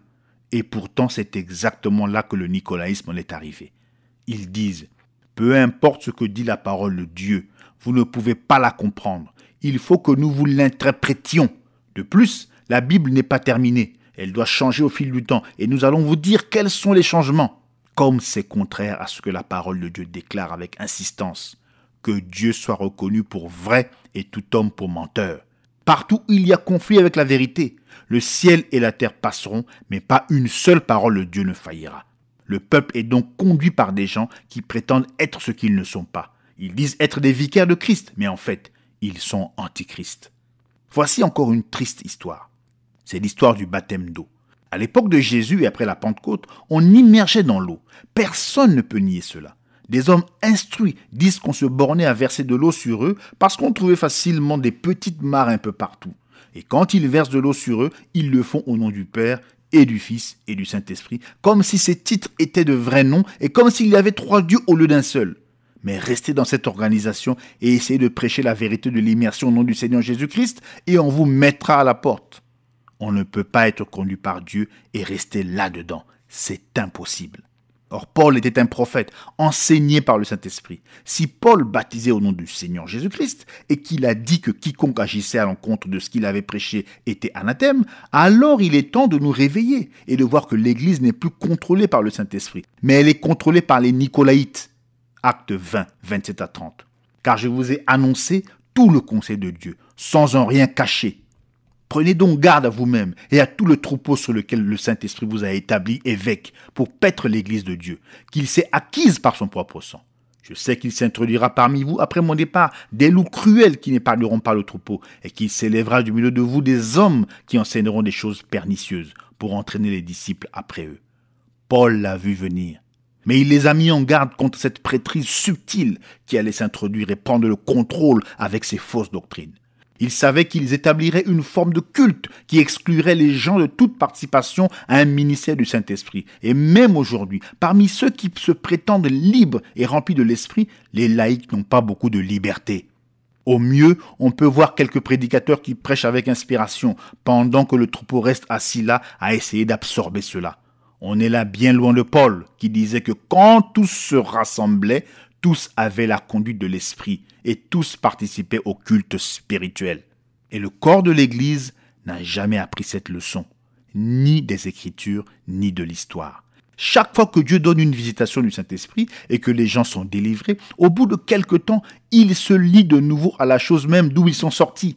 Quand Luther est sorti du catholicisme, les gens sont restés libres pendant un moment. Mais quand il est mort, les gens ont simplement fait une organisation de ce qui était, selon eux, sa croyance, et ils ont établi leur propre credo et leurs idées, et ils ont rejeté quiconque disait le contraire de ce que eux disaient. Ils sont retournés tout droit au catholicisme, sous une forme un peu différente. Et aujourd'hui, voilà que beaucoup de luthériens sont prêts à y retourner complètement. Oh oui! Dans Apocalypse 12, cette prostituée avait beaucoup de filles. Ces filles sont tout à fait semblables à leur mère. Elles mettent la parole de côté. Elles renient l'œuvre de l'Esprit de Dieu. Elles subjuguent les laïcs et empêchent carrément ces laïcs d'adorer Dieu, à moins de venir à travers elles ou selon leur modèle, qui n'est rien d'autre qu'un modèle d'incrédulité qui vient de Satan lui-même. Où donc? Mais où en sommes-nous spirituellement? Nous sommes dans un désert de ténèbres. Combien nous nous sommes éloignés de l'Église primitive? Il n'y a plus rien qui ressemble à la Pentecôte et la parole est absente. La succession apostolique, aujourd'hui chose courante, ne se trouve pas dans la parole. C'est un système fabriqué par l'homme. C'est une usurpation illégitime de la vérité selon laquelle c'est Dieu et non l'homme qui a établi ses conducteurs dans l'Église. Pierre n'est même pas allé à Rome et pourtant, ils mentent et disent qu'il y est allé. L'histoire prouve qu'il n'y est pas allé. Il y a des gens qui étudient l'histoire, mais qui haussent les épaules et retournent croire un mensonge. Où trouve-t-on le vicaire du Christ dans la parole? Personne ne prend sa place. Et pourtant, c'est ce qui a été fait, et les gens l'acceptent. Où trouve-t-on que la révélation ajoutée est acceptée par Dieu, surtout si elle est contraire à la révélation donnée précédemment? Et pourtant, ils acceptent cela et s'appuient là-dessus. Où trouve-t-on un purgatoire? Où trouve-t-on une messe? Où trouve-t-on qu'on peut échapper à l'enfer en donnant de l'argent? Ce n'est pas dans la parole, mais les hommes ont mis cela dans leur livre à eux et ils ont utilisé cela pour soumettre les gens en les gouvernant par la crainte. Où trouve-t-on que l'homme a le pouvoir de nous pardonner comme s'il était Dieu? Des loups ravisseurs. Le terme n'est guère assez fort pour les décrire. Du nicolaïsme, une organisation. L'homme au-dessus de l'homme. Retournez à Dieu, repentez-vous avant qu'il ne soit trop tard. Voyez la main écrire sur la muraille. Elle écrit le jugement. Comme les vases sacrés ont été profanés, ce qui a provoqué la colère de Dieu, de même la parole sacrée a maintenant été profanée. L'esprit a été attristé et le jugement est ici. Il est déjà à la porte. Repentez-vous, repentez-vous, retournez à la Pentecôte, retournez à la conduite du Saint-Esprit, retournez à la parole de Dieu. Car pourquoi mourriez-vous? La voix de l'Esprit. Apocalypse 2,7. Que celui qui a des oreilles entende ce que l'Esprit dit aux églises. À celui qui vaincra, je donnerai à manger de l'arbre de vie qui est dans le paradis de Dieu. Que celui qui a des oreilles entende ce que l'Esprit dit aux églises. Peut-être que des millions entendront ou liront ces paroles, mais combien y prêteront attention? Cela, nous ne le savons pas. Mais celui qui prêtera l'oreille et qui voudra connaître les paroles de vérité sera éclairé par l'Esprit de Dieu. Si votre oreille est ouverte à la parole, l'Esprit de Dieu rendra la parole réelle pour vous. Mais c'est là une œuvre de l'Esprit. Je peux vous enseigner la vérité, mais si vous n'ouvrez pas vos oreilles pour l'entendre et votre cœur pour la recevoir, vous ne recevrez pas la révélation. Maintenant, remarquez, il est dit que l'Esprit parle aux églises. C'est au pluriel, pas au singulier. L'Esprit n'a pas fait écrire ceci à Jean pour une église locale d'Éphèse, ni pour le premier âge uniquement. C'est pour tous les âges de l'église. Mais celle-ci est l'église des débuts. C'est donc comme le livre de la Genèse. Ce qui a commencé dans la Genèse reste vrai dans toute la parole et s'achève finalement dans l'Apocalypse. Ainsi, cette église qui débute dans les actes est le modèle de Dieu pour tous les âges, jusqu'à ce qu'elle s'achève dans l'âge de Laodicée. Observez-la bien, que chaque âge prête attention, car ce qui se passe ici n'est que le commencement. Ce petit arbre qui a été planté va grandir. Il va grandir à travers les âges. Ceci est donc un message adressé à chaque chrétien de chaque âge jusqu'au retour de Jésus. C'est bien cela, car c'est l'Esprit qui parle. Amen. La récompense promise. Apocalypse 2,7. À celui qui vaincra, je donnerai à manger de l'arbre de vie qui est dans le paradis de Dieu. Voici la récompense future de tous les vainqueurs de tous les âges. Quand le dernier appel au combat aura retenti, quand nous aurons déposé notre armure, alors nous nous reposerons dans le paradis de Dieu et l'arbre de vie sera notre partage pour toujours. l'arbre de vie. N'est-ce pas une belle expression? Elle est utilisée 3 fois dans le livre de la Genèse et 3 fois dans le livre de l'Apocalypse. Aux 6 endroits, il s'agit du même arbre et il symbolise exactement la même chose. Mais qu'est-ce que l'arbre de vie? Eh bien, avant tout, il nous faut savoir ce que représente l'arbre en général. Dans Nombre 24:6, en décrivant Israël, Balaam disait qu'ils étaient comme des arbres d'aloès que l'Éternel a plantés. Partout dans les Écritures, les arbres représentent des personnes, comme dans le psaume 1. L'arbre de vie doit donc être la personne de vie, qui est Jésus. Or, dans le jardin d'Éden, il y avait 2 arbres au milieu du jardin. L'un était l'arbre de vie et l'autre était l'arbre de la connaissance du bien et du mal. L'homme vivrait par l'arbre de vie, mais il ne devait pas toucher à l'autre arbre, sous peine de mourir. Mais l'homme a quand même pris de l'autre arbre, et à ce moment-là, la mort est entrée en lui par le péché, et il était dorénavant séparé de Dieu. Or cet arbre, là-bas en Éden, cet arbre qui était la source de la vie, c'était Jésus. Dans Jean, chapitres 6 à 8, Jésus se présente lui-même comme la source de la vie éternelle. Il s'est appelé le pain du ciel. Il a parlé de se donner lui-même et il a dit que si un homme mangeait de lui, il ne mourrait jamais. Il a proclamé qu'il connaissait Abraham et qu'avant Abraham, il était. Il a prophétisé qu'il leur donnerait lui-même de l'eau vive et que si un homme en buvait, il n'aurait plus jamais soif, mais qu'il vivrait éternellement. Il s'est montré comme le grand je suis. Il est le pain de vie, la source de vie, l'éternel, l'arbre de vie. Il était là-bas en Éden, au milieu du jardin, tout comme il sera au milieu du paradis de Dieu. Certains pensent que les 2 arbres du jardin n'étaient que 2 arbres semblables aux autres arbres que Dieu avait placés dans le jardin. Mais ceux qui étudient attentivement la Bible savent qu'il n'en est pas ainsi. Quand Jean-Baptiste a crié que la cognée était mise à la racine de tous les arbres, il ne parlait pas simplement des arbres naturels, mais des principes spirituels. Or, dans 1 Jean 5,11, il est dit « Et voici ce témoignage, c'est que Dieu nous a donné la vie éternelle et que cette vie est dans son Fils. » Jésus a dit dans Jean 5,40 « Et vous ne voulez pas venir à moi pour avoir la vie. » Ainsi, le témoignage, la parole de Dieu, dit en termes tout à fait clairs que la vie éternelle, est dans le Fils. Elle n'est nulle part ailleurs. 1 Jean 5,12. Celui qui a le Fils a la vie. Celui qui n'a pas le Fils de Dieu n'a pas la vie. Or, puisque ce témoignage ne peut pas changer, qu'on ne peut rien en retrancher ni rien y ajouter, le fait demeure donc que la vie est dans le Fils. Par conséquent, l'arbre du jardin, c'est forcément Jésus. Bien. Si l'arbre de vie est une personne, l'arbre de la connaissance du bien et du mal est aussi une personne. Il ne peut pas en être autrement. Ainsi, le juste et le malin se trouvaient là, côte à côte, au milieu du jardin d'Éden. Ézéchiel 28:13, alinéa A. Toi, Satan, tu étais en Éden, le jardin de Dieu. C'est ici que nous recevons la vraie révélation de la semence du serpent. Voici ce qui s'est réellement passé dans le jardin d'Éden. La parole dit qu'Ève a été séduite par le serpent.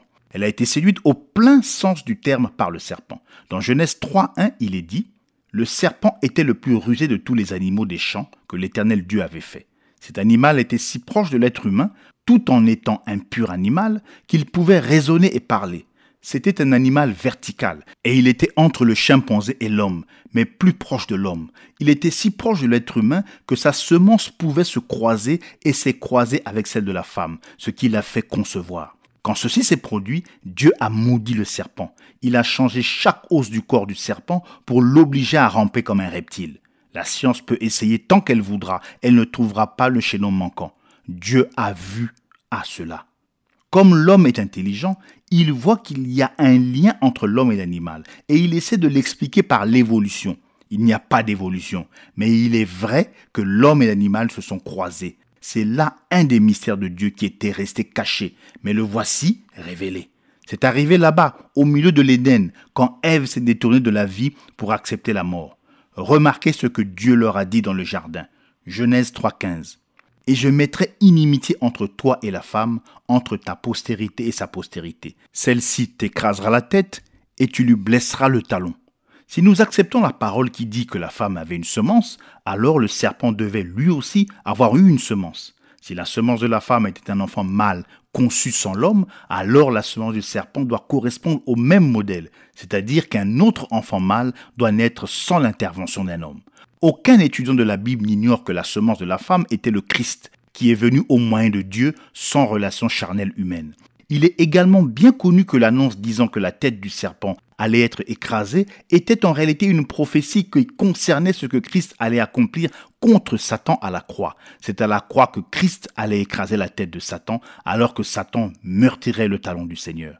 Ce passage de l'Écriture est la révélation qui montre comment la semence littérale du serpent a été mise en terre. De même que nous avons le récit de Luc 1, 26 à 35, où il est exposé avec précision comment la semence de la femme a été manifestée physiquement sans l'intervention d'un homme.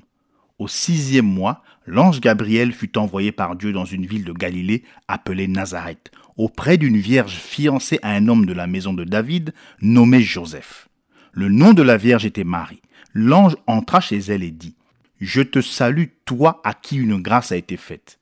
Le Seigneur est avec toi. » Troublée par cette parole, Marie se demandait ce que pouvait signifier une telle salutation. L'ange lui dit : « Ne crains point, Marie, car tu as trouvé grâce devant Dieu. Et voici, tu deviendras enceinte et tu enfanteras un fils, et tu lui donneras le nom de Jésus. Il sera grand et sera appelé fils du Très-Haut, et le Seigneur Dieu lui donnera le trône de David son père. Il régnera sur la maison de Jacob éternellement, et son règne n'aura point de fin. » Marie dit à l'ange : « Comment cela se fera-t-il, puisque je ne connais point d'homme ? » L'ange lui répondit : « Le Saint-Esprit viendra sur toi, et la puissance du Très-Haut te couvrira de son ombre. C'est pourquoi le Saint-Enfant qui naîtra de toi sera appelé Fils de Dieu. » Tout comme la semence de la femme était littéralement Dieu qui s'est reproduit dans la chair humaine, de même la semence du serpent est précisément le moyen que Satan a trouvé pour s'introduire dans la race humaine. Il était impossible à Satan, qui n'est qu'un être esprit créé, de se reproduire de la manière dont Dieu s'était reproduit. La Genèse nous raconte donc comment il a produit sa semence et s'est introduit ou injecté dans la race humaine. Souvenez-vous aussi que Satan est appelé le serpent. C'est de sa semence ou de ce qui a été injecté de lui dans la race humaine que nous parlons. Avant même qu'Adam ait une connaissance charnelle d'Ève, le serpent l'avait précédé. Et c'est Caïn qui est né de cette relation. Caïn était né du, conçu par le malin. 1 Jean 3,12. Le Saint-Esprit dans Jean ne pourrait pas appeler Adam le malin. Ce qu'il serait s'il avait été le père de Caïn, à un endroit, et à un autre endroit appelé Adam le fils de Dieu, ce qu'il était par création. Luc 3, 38. Caïn avait le caractère de son père, un agent de mort, un meurtrier. Son attitude de défi devant Dieu, quand il s'est trouvé devant le Tout-Puissant dans Genèse 4, 5, 9, 13 et 14, montre qu'il avait des caractéristiques absolument inhumaines, et elles semblent même dépasser tout ce qui ressort des récits que l'Écriture nous donne des confrontations entre Satan et Dieu. Mais il ne porta pas un regard favorable sur Caïn et sur son offrande. Caïn fut très irrité et son visage fut abattu. L'Éternel dit à Caïn : « Où est ton frère Abel ?» Il répondit : « Je ne sais pas. Suis-je le gardien de mon frère ?» Caïn dit à l'Éternel : « Mon châtiment est trop grand pour être supporté. Voici, tu me chasses aujourd'hui de cette terre. Je serai caché loin de ta face. Je serai errant et vagabond sur la terre, et quiconque me trouvera me tuera. » Remarquez la façon exacte dont Dieu expose le récit de la naissance de Caïn, d'Abel et de Seth. Genèse 4, 1. Adam connut Ève sa femme, elle conçut et enfanta Caïn. Et elle dit : « J'ai formé un homme avec l'aide de l'Éternel. » Elle enfanta encore son frère Abel. Genèse 4, 25. Adam connut encore sa femme, elle enfanta un fils et l'appela du nom de Seth. Il y a 3 fils nés de 2 actes de connaissance charnelle accomplis par Adam. Comme la Bible est la parole de Dieu exacte et parfaite, ceci n'est pas une erreur, mais plutôt un récit destiné à nous éclairer. Puisque 3 fils sont nés de 2 actes d'Adam, nous savons avec certitude que l'un de ces 3 n'était pas le fils d'Adam. Dieu donne le récit exactement de cette manière pour nous montrer quelque chose. La vérité de cela, c'est qu'Ève avait dans son sein 2 fils, des jumeaux, de 2 fécondations distinctes. Elle portait des jumeaux. La conception de Caïn ayant eu lieu un peu avant celle d'Abel. Vous voyez, de nouveau ces jumeaux, un type parfait comme toujours. Pour ceux qui pensent que ce n'est pas possible, sachez que les dossiers médicaux sont remplis de cas de femmes qui ont porté des jumeaux issus d'ovules distincts et d'insémination séparées. La fécondation de chaque ovule ayant eu lieu à des jours d'intervalle. De plus, certains des dossiers montrent que les jumeaux avaient des pères différents. Récemment, le monde entier a entendu parler d'une mère norvégienne qui avait intenté un procès à son mari pour obtenir une pension pour elle-même et pour ses 2 jumeaux, dont l'un était blanc et l'autre noir. Elle a admis avoir eu un amant noir. Les 2 enfants avaient été conçus à 3 semaines d'intervalle. À Beaumont, au Texas, en 1963, les dossiers nous fournissent encore un exemple de naissance multiple dont les fécondations avaient eu lieu à plusieurs jours d'intervalle, si bien que la mère avait failli mourir avec l'un des enfants lors de l'accouchement. Mais pourquoi fallait-il qu'il en soit ainsi? Pourquoi la semence du serpent devait-elle venir de cette façon? L'homme avait été créé pour Dieu. L'homme devait être le temple de Dieu, le lieu du repos de Dieu. Le Saint-Esprit était l'homme, le temple. Actes 7, 46 à 51. David trouva grâce devant Dieu et demanda d'élever une demeure pour le Dieu de Jacob. Et ce fut Salomon qui lui bâtit une maison. Mais le Très-Haut n'habite pas dans ce qui est fait de main d'homme, comme dit le prophète. Le ciel est mon trône et la terre mon marchepied. Quelle maison me bâtirez-vous, dit le Seigneur, ou quel sera le lieu de mon repos? N'est-ce pas ma main qui a fait toutes ces choses? Homme au cou raide, incirconcis de cœur et d'oreille, vous vous opposez toujours au Saint-Esprit. Ce que vos pères ont été, vous l'êtes aussi. Satan a toujours su cela. Lui aussi veut habiter dans l'homme, comme Dieu le fait. Mais Dieu s'est réservé ce droit pour lui-même. Satan ne peut pas faire cela. Dieu seul est apparu dans une chair humaine. Satan ne pouvait pas et ne peut pas faire cela. Il n'a pas le pouvoir de créer. La seule façon pour Satan d'accomplir ce qu'il voulait faire était d'entrer dans le serpent en Éden, tout comme il est entré dans les pourceaux à Gadara par le moyen de mauvais esprits. Dieu n'entre pas dans les animaux, mais Satan peut le faire. Et il le fait pour arriver à ses fins. Il ne pouvait pas avoir un enfant d'Ève directement, comme Dieu l'a fait avec Marie. Il est donc entré dans le serpent. Puis, il a séduit Ève. Il l'a séduite et à travers elle, Satan a eu indirectement un enfant. Caïn avait toutes les caractéristiques spirituelles de Satan et toutes les caractéristiques animales, sensuelles, charnelles du serpent. Rien d'étonnant à ce que le Saint-Esprit ait dit que Caïn était du malin. Il l'était effectivement. Je voudrais maintenant examiner certaines preuves que nous avons de l'affinité évidente qui existe entre l'homme et l'animal. C'est un fait physique. Savez-vous qu'on peut prendre les cellules embryonnaires d'un fœtus avant sa naissance et les injecter dans un être humain? À ce moment-là, les cellules de la thyroïde se dirigeront tout droit vers la thyroïde humaine. Les cellules rénales iront droit vers les reins humains. Vous rendez-vous compte combien c'est extraordinaire? Il y a une intelligence qui conduit ces cellules animales exactement au bon endroit. Cette intelligence accepte ces cellules et les met exactement au bon endroit. Il y a une affinité entre l'animal et l'homme.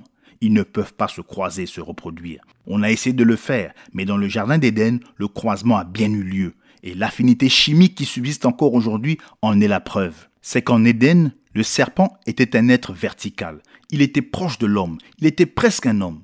Satan a profité des caractéristiques physiques du serpent afin de l'utiliser pour séduire Ève. Ensuite, Dieu a détruit cette forme de serpent. Aucune autre bête ne peut se croiser avec l'homme, mais l'affinité est présente. Arrivé là où nous en sommes, je voudrais fixer votre attention sur ce sujet pour que vous puissiez voir pourquoi il nous était nécessaire d'aborder la doctrine de la semence du serpent comme je l'ai fait. Nous commençons avec le fait qu'il y avait deux arbres au milieu du jardin. L'arbre de vie était Jésus. L'autre arbre est incontestablement Satan à cause de ce qui est issu du fruit de cet arbre. Nous savons donc maintenant que chacun de ces deux arbres avait un rapport avec l'homme, sans quoi il n'aurait jamais été placé là. Ils devaient avoir un rôle à jouer dans le plan et le dessein souverain de Dieu, dans leur rapport avec l'humanité et avec lui-même. Sinon, nous ne pourrions jamais affirmer que Dieu est omniscient. Jusqu'ici, tout ceci est vrai, n'est-ce pas? Or, la parole affirme très clairement que dès avant la fondation du monde, le dessein de Dieu était de partager sa vie éternelle avec l'homme. Éphésiens 1, 4 à 11.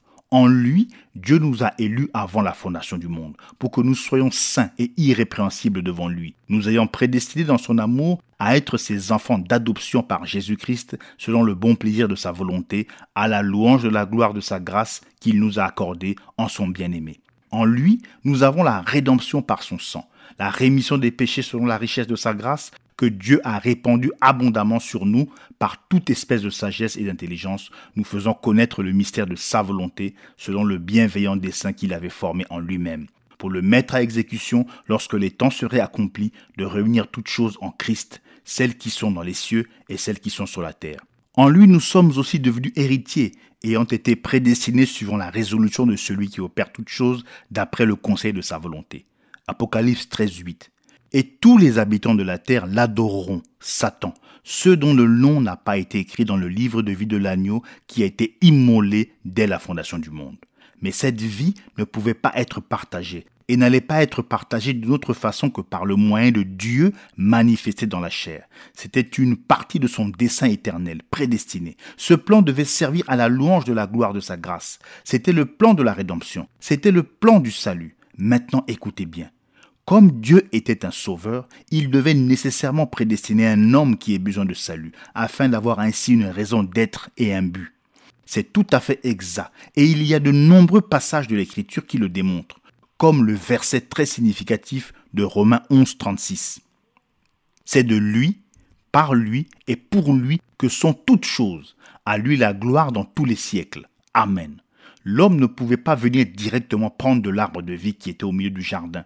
La vie éternelle de cet arbre devait d'abord devenir chair. Mais avant que Dieu puisse relever et sauver un pécheur, il fallait qu'il ait un pécheur à relever et à sauver. Il fallait que l'homme tombe. La chute, dont Satan allait être la cause, devait être provoquée au moyen de la chair. Satan, lui aussi, devait venir à travers la chair. Seulement, Satan ne pouvait pas venir à travers la chair humaine pour provoquer la chute, comme Christ allait venir dans la chair humaine pour établir ceux qui seraient tombés. Mais il y avait un animal, le serpent, qui était tellement proche de l'homme que Satan pouvait atteindre cet animal et à travers cet animal atteindre la chair humaine pour provoquer la chute. Il allait ainsi s'injecter dans la race humaine comme Jésus allait un jour venir s'injecter dans la race humaine, dans les corps humains, au point même qu'à la résurrection, nous aurons des corps semblables à son corps glorifié. Ainsi, ce que Dieu a accompli ici dans le jardin, c'était son plan qu'il avait prédestiné. Et une fois que Satan avait exécuté ce qui était nécessaire pour l'accomplissement du dessein de Dieu, l'homme n'avait plus accès à l'arbre de vie dans le jardin. Non, assurément, ce n'était pas le moment. Mais un animal, la chute n'avait-elle pas été provoquée par un animal? Qu'une vie animale soit donc offerte, a été pris. Son sang a été versé. Et ensuite, Dieu était de nouveau en communion avec l'homme. Ensuite, un jour devait venir où Dieu apparaîtrait dans la chair et au moyen de son humiliation, il rétablirait l'homme déchu et le rendrait participant de cette vie éternelle. Une fois que vous voyez ceci, vous comprenez la semence du serpent et vous savez que ce n'est pas une pomme qu'Ève a mangée. Non. Il s'agissait de la dégradation de l'humanité par un croisement de semences. Or, je sais qu'en donnant la réponse à une question, une autre question peut se poser. Aussi, les gens me demandent-ils, si Ève est tombée de cette façon, qu'a fait Adam, puisque Dieu rejette la responsabilité sur Adam? C'est simple. La parole de Dieu est établie à toujours dans les cieux. Avant que la moindre particule de poussière d'étoile soit formée, cette parole, la loi de Dieu, existait, exactement telle qu'elle est écrite dans nos Bibles. Or, la parole nous enseigne que si une femme quitte son mari et qu'elle va avec un autre homme, elle est une femme adultère. Elle n'est plus mariée et le mari ne doit pas la reprendre. Cette parole était tout aussi vraie en Éden qu'elle l'était quand Moïse l'a écrite dans la loi. La parole ne peut pas changer. Adam a repris Ève. Il savait exactement ce qu'il faisait, mais il l'a fait quand même. Elle était une partie de lui et il était prêt à endosser sur lui sa responsabilité à elle. Il ne voulait pas la laisser tomber. Alors, Ève a conçu de lui. Il savait qu'elle concevrait. Il savait exactement ce qui allait arriver à la race humaine. Et il a livré la race humaine au péché pour avoir Ève parce qu'il l'aimait. Ainsi, ses deux fils sont nés. Des fils qui allaient être les pères de la race humaine déjà polluée. Et que dit le récit à leur sujet? Lisez le récit Jude 14. Enoch, le 7e depuis Adam, a prophétisé. Genèse 5 est le chapitre de la généalogie d'Enoch. Voici comment il expose cette généalogie. 1. Adam, 2. Seth, 3. Enoch, 4. Kénan, 5. Mahalaël, 6. Jéred, 7. Enoch. Remarquez qu'il n'est pas fait mention de Caïn. La lignée d'Adam passe par Seth. Si Caïn avait été l'enfant d'Adam, la loi du droit d'aînesse aurait donné le droit de lignage à Caïn. Notez bien aussi que dans Genèse 5.3, il est dit qu'Adam, âgé de 130 ans, engendra un fils à sa ressemblance, selon son image, et il lui donna le nom de Seth. Il n'est dit nulle part que Caïn était à la ressemblance d'Adam, et pourtant il aurait dû l'être s'il avait été son fils, car d'après la loi de la reproduction, chacun doit immanquablement produire à sa ressemblance. Nous devons également porter attention au fait que les deux généalogies de la Genèse de Luc, Caïn est omis. Si Caïn avait été le fils d'Adam, il serait dit de lui quelque part « Caïn, fils d'Adam, fils de Dieu ». La Bible ne dit pas cela, car elle ne peut pas le dire. Bien sûr, depuis longtemps, les spécialistes de la Bible ont établi deux lignées d'hommes, une lignée sainte par Seth et une lignée impie fondée par Caïn. Et il est étrange, mais vrai, que ces spécialistes ne nous ont jamais dit comment il se fait que Caïn était le genre de personnage qu'il était. alors qu'Abel et Seth étaient de la lignée spirituelle et sainte. En fait, Caïn aurait dû être spirituel, Abel moins spirituel, Seth encore moins, et ainsi de suite, puisque chaque génération successive s'est de plus en plus éloignée de Dieu. Mais au contraire, aucune description n'a jamais présenté un homme aussi méchant que Caïn, car celui-ci s'oppose violemment à Dieu et à la parole. Sachez bien ceci, l'Écriture ne joue pas avec les mots. Tout ce qui se trouve dans le récit s'y trouve pour que les yeux ouïns le voient. C'est là dans un but. Dans cette parole, il est dit, dans Genèse 3:20, Adam donna à sa femme le nom d'Ève, car elle a été la mère de tous les vivants. Mais aucun passage de l'Écriture ne dit qu'Adam est le père de tous les vivants. S'il ne faut pas voir cette implication dans Genèse 3:20, alors pourquoi serait-il mentionné qu'Ève est la mère de tous, alors que pas un mot n'est dit d'Adam? Le fait est que si Ève est bien la mère de tous les vivants, Adam n'est pas le père de tous les vivants.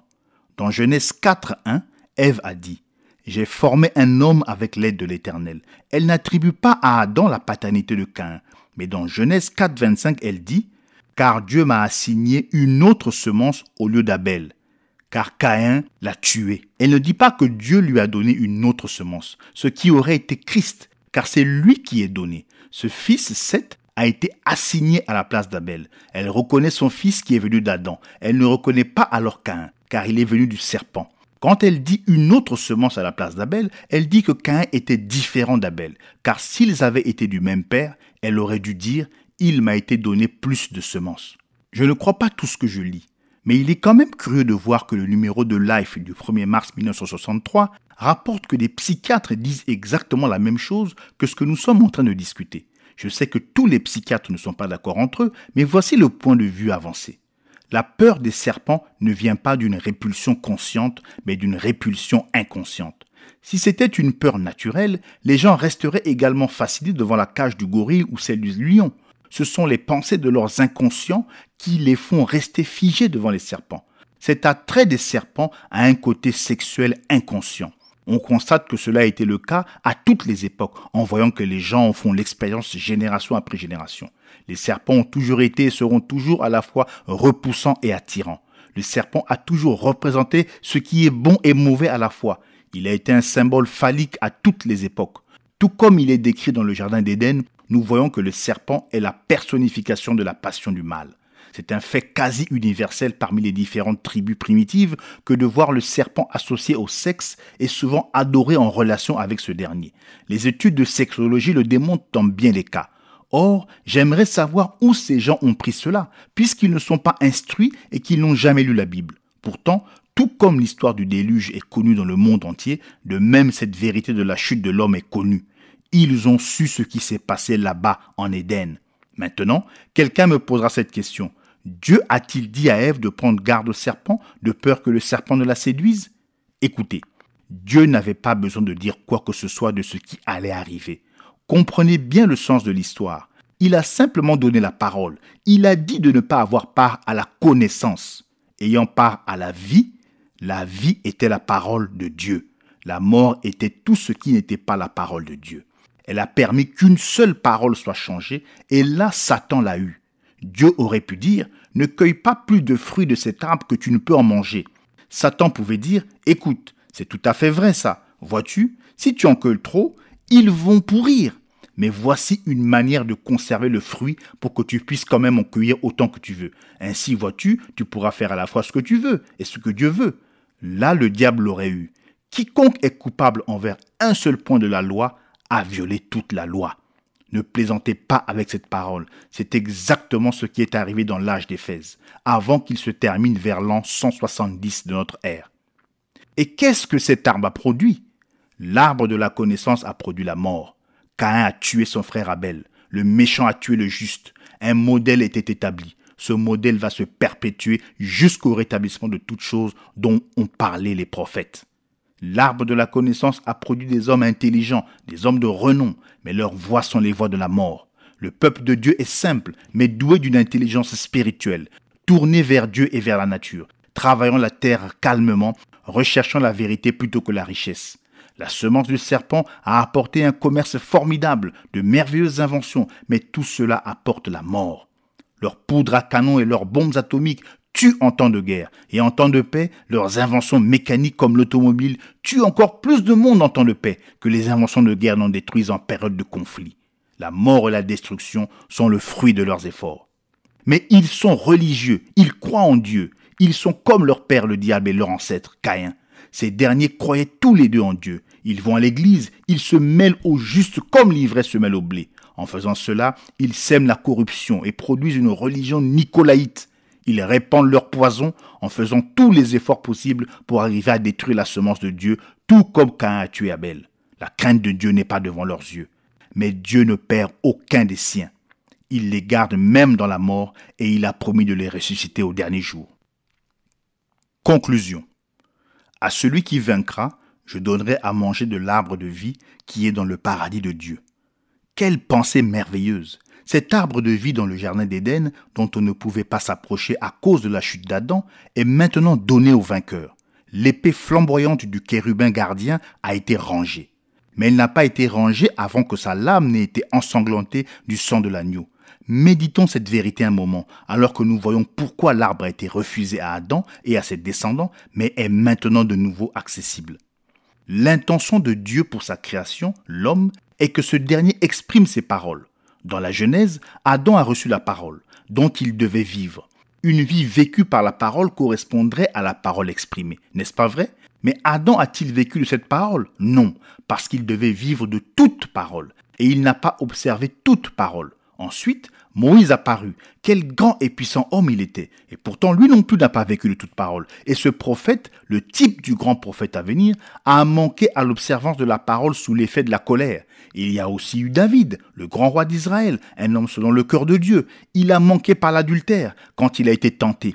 Mais finalement, lorsque les temps ont été accomplis, quelqu'un est arrivé, le chef, c'est-à-dire Jésus, qui a lui aussi dû être tenté pour voir s'il vivrait de toute parole qui sort de la bouche de Dieu. Là, Satan a été déjoué. En effet, là se tenait quelqu'un qui vivait du « il est écrit ». Et ce chef-d'œuvre de Dieu a vaincu en reflétant la parole de Dieu. Ensuite, cet être parfait, manifesté, a été livré à la croix, comme l'agneau parfait de Dieu pour le sacrifice parfait. Et sur l'arbre, le bois, il a reçu les blessures mortelles pour que nous, par lui et à cause de lui, nous puissions manger de l'arbre de vie. Et qu'ensuite, cette vie donnée gratuitement nous permette de vaincre et d'exprimer la parole de Dieu. Et maintenant, à ces fils de Dieu, qui vainquent par lui, est donné le privilège d'être dans le paradis de Dieu et d'avoir une communion constante avec Jésus-Christ.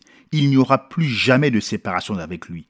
Où qu'il aille, son épouse ira. Ce qui lui appartient, il le partage avec ses bien-aimés sur la base d'une relation de co-héritier. Les choses secrètes seront révélées, les choses obscures seront éclaircies. Nous connaîtrons comme nous sommes connus et nous serons semblables à lui. Voici l'héritage du vainqueur qui a vaincu par le sang de l'agneau et la parole de son témoignage envers Jésus-Christ. Comme nous avons hâte que vienne ce jour où tous les chemins tortueux seront redressés et où nous serons avec lui pour un temps sans fin, que ce jour se hâte de paraître et que nous nous hâtions d'obéir à sa parole, prouvant ainsi que nous sommes dignes de partager sa gloire. Que celui qui a des oreilles entende ce que l'Esprit dit aux églises. Comme c'est tragique que ce premier âge n'ait pas écouté l'Esprit, au lieu de cela, il a écouté l'homme. Mais remercions Dieu qu'en ce dernier âge, un groupe se lèvera, la véritable épouse de ce dernier jour, et elle écoutera l'Esprit. À cette époque d'obscurité profonde, la lumière reviendra par la pure parole, et nous reviendrons à la puissance de la Pentecôte pour accueillir le Seigneur Jésus-Christ qui revient.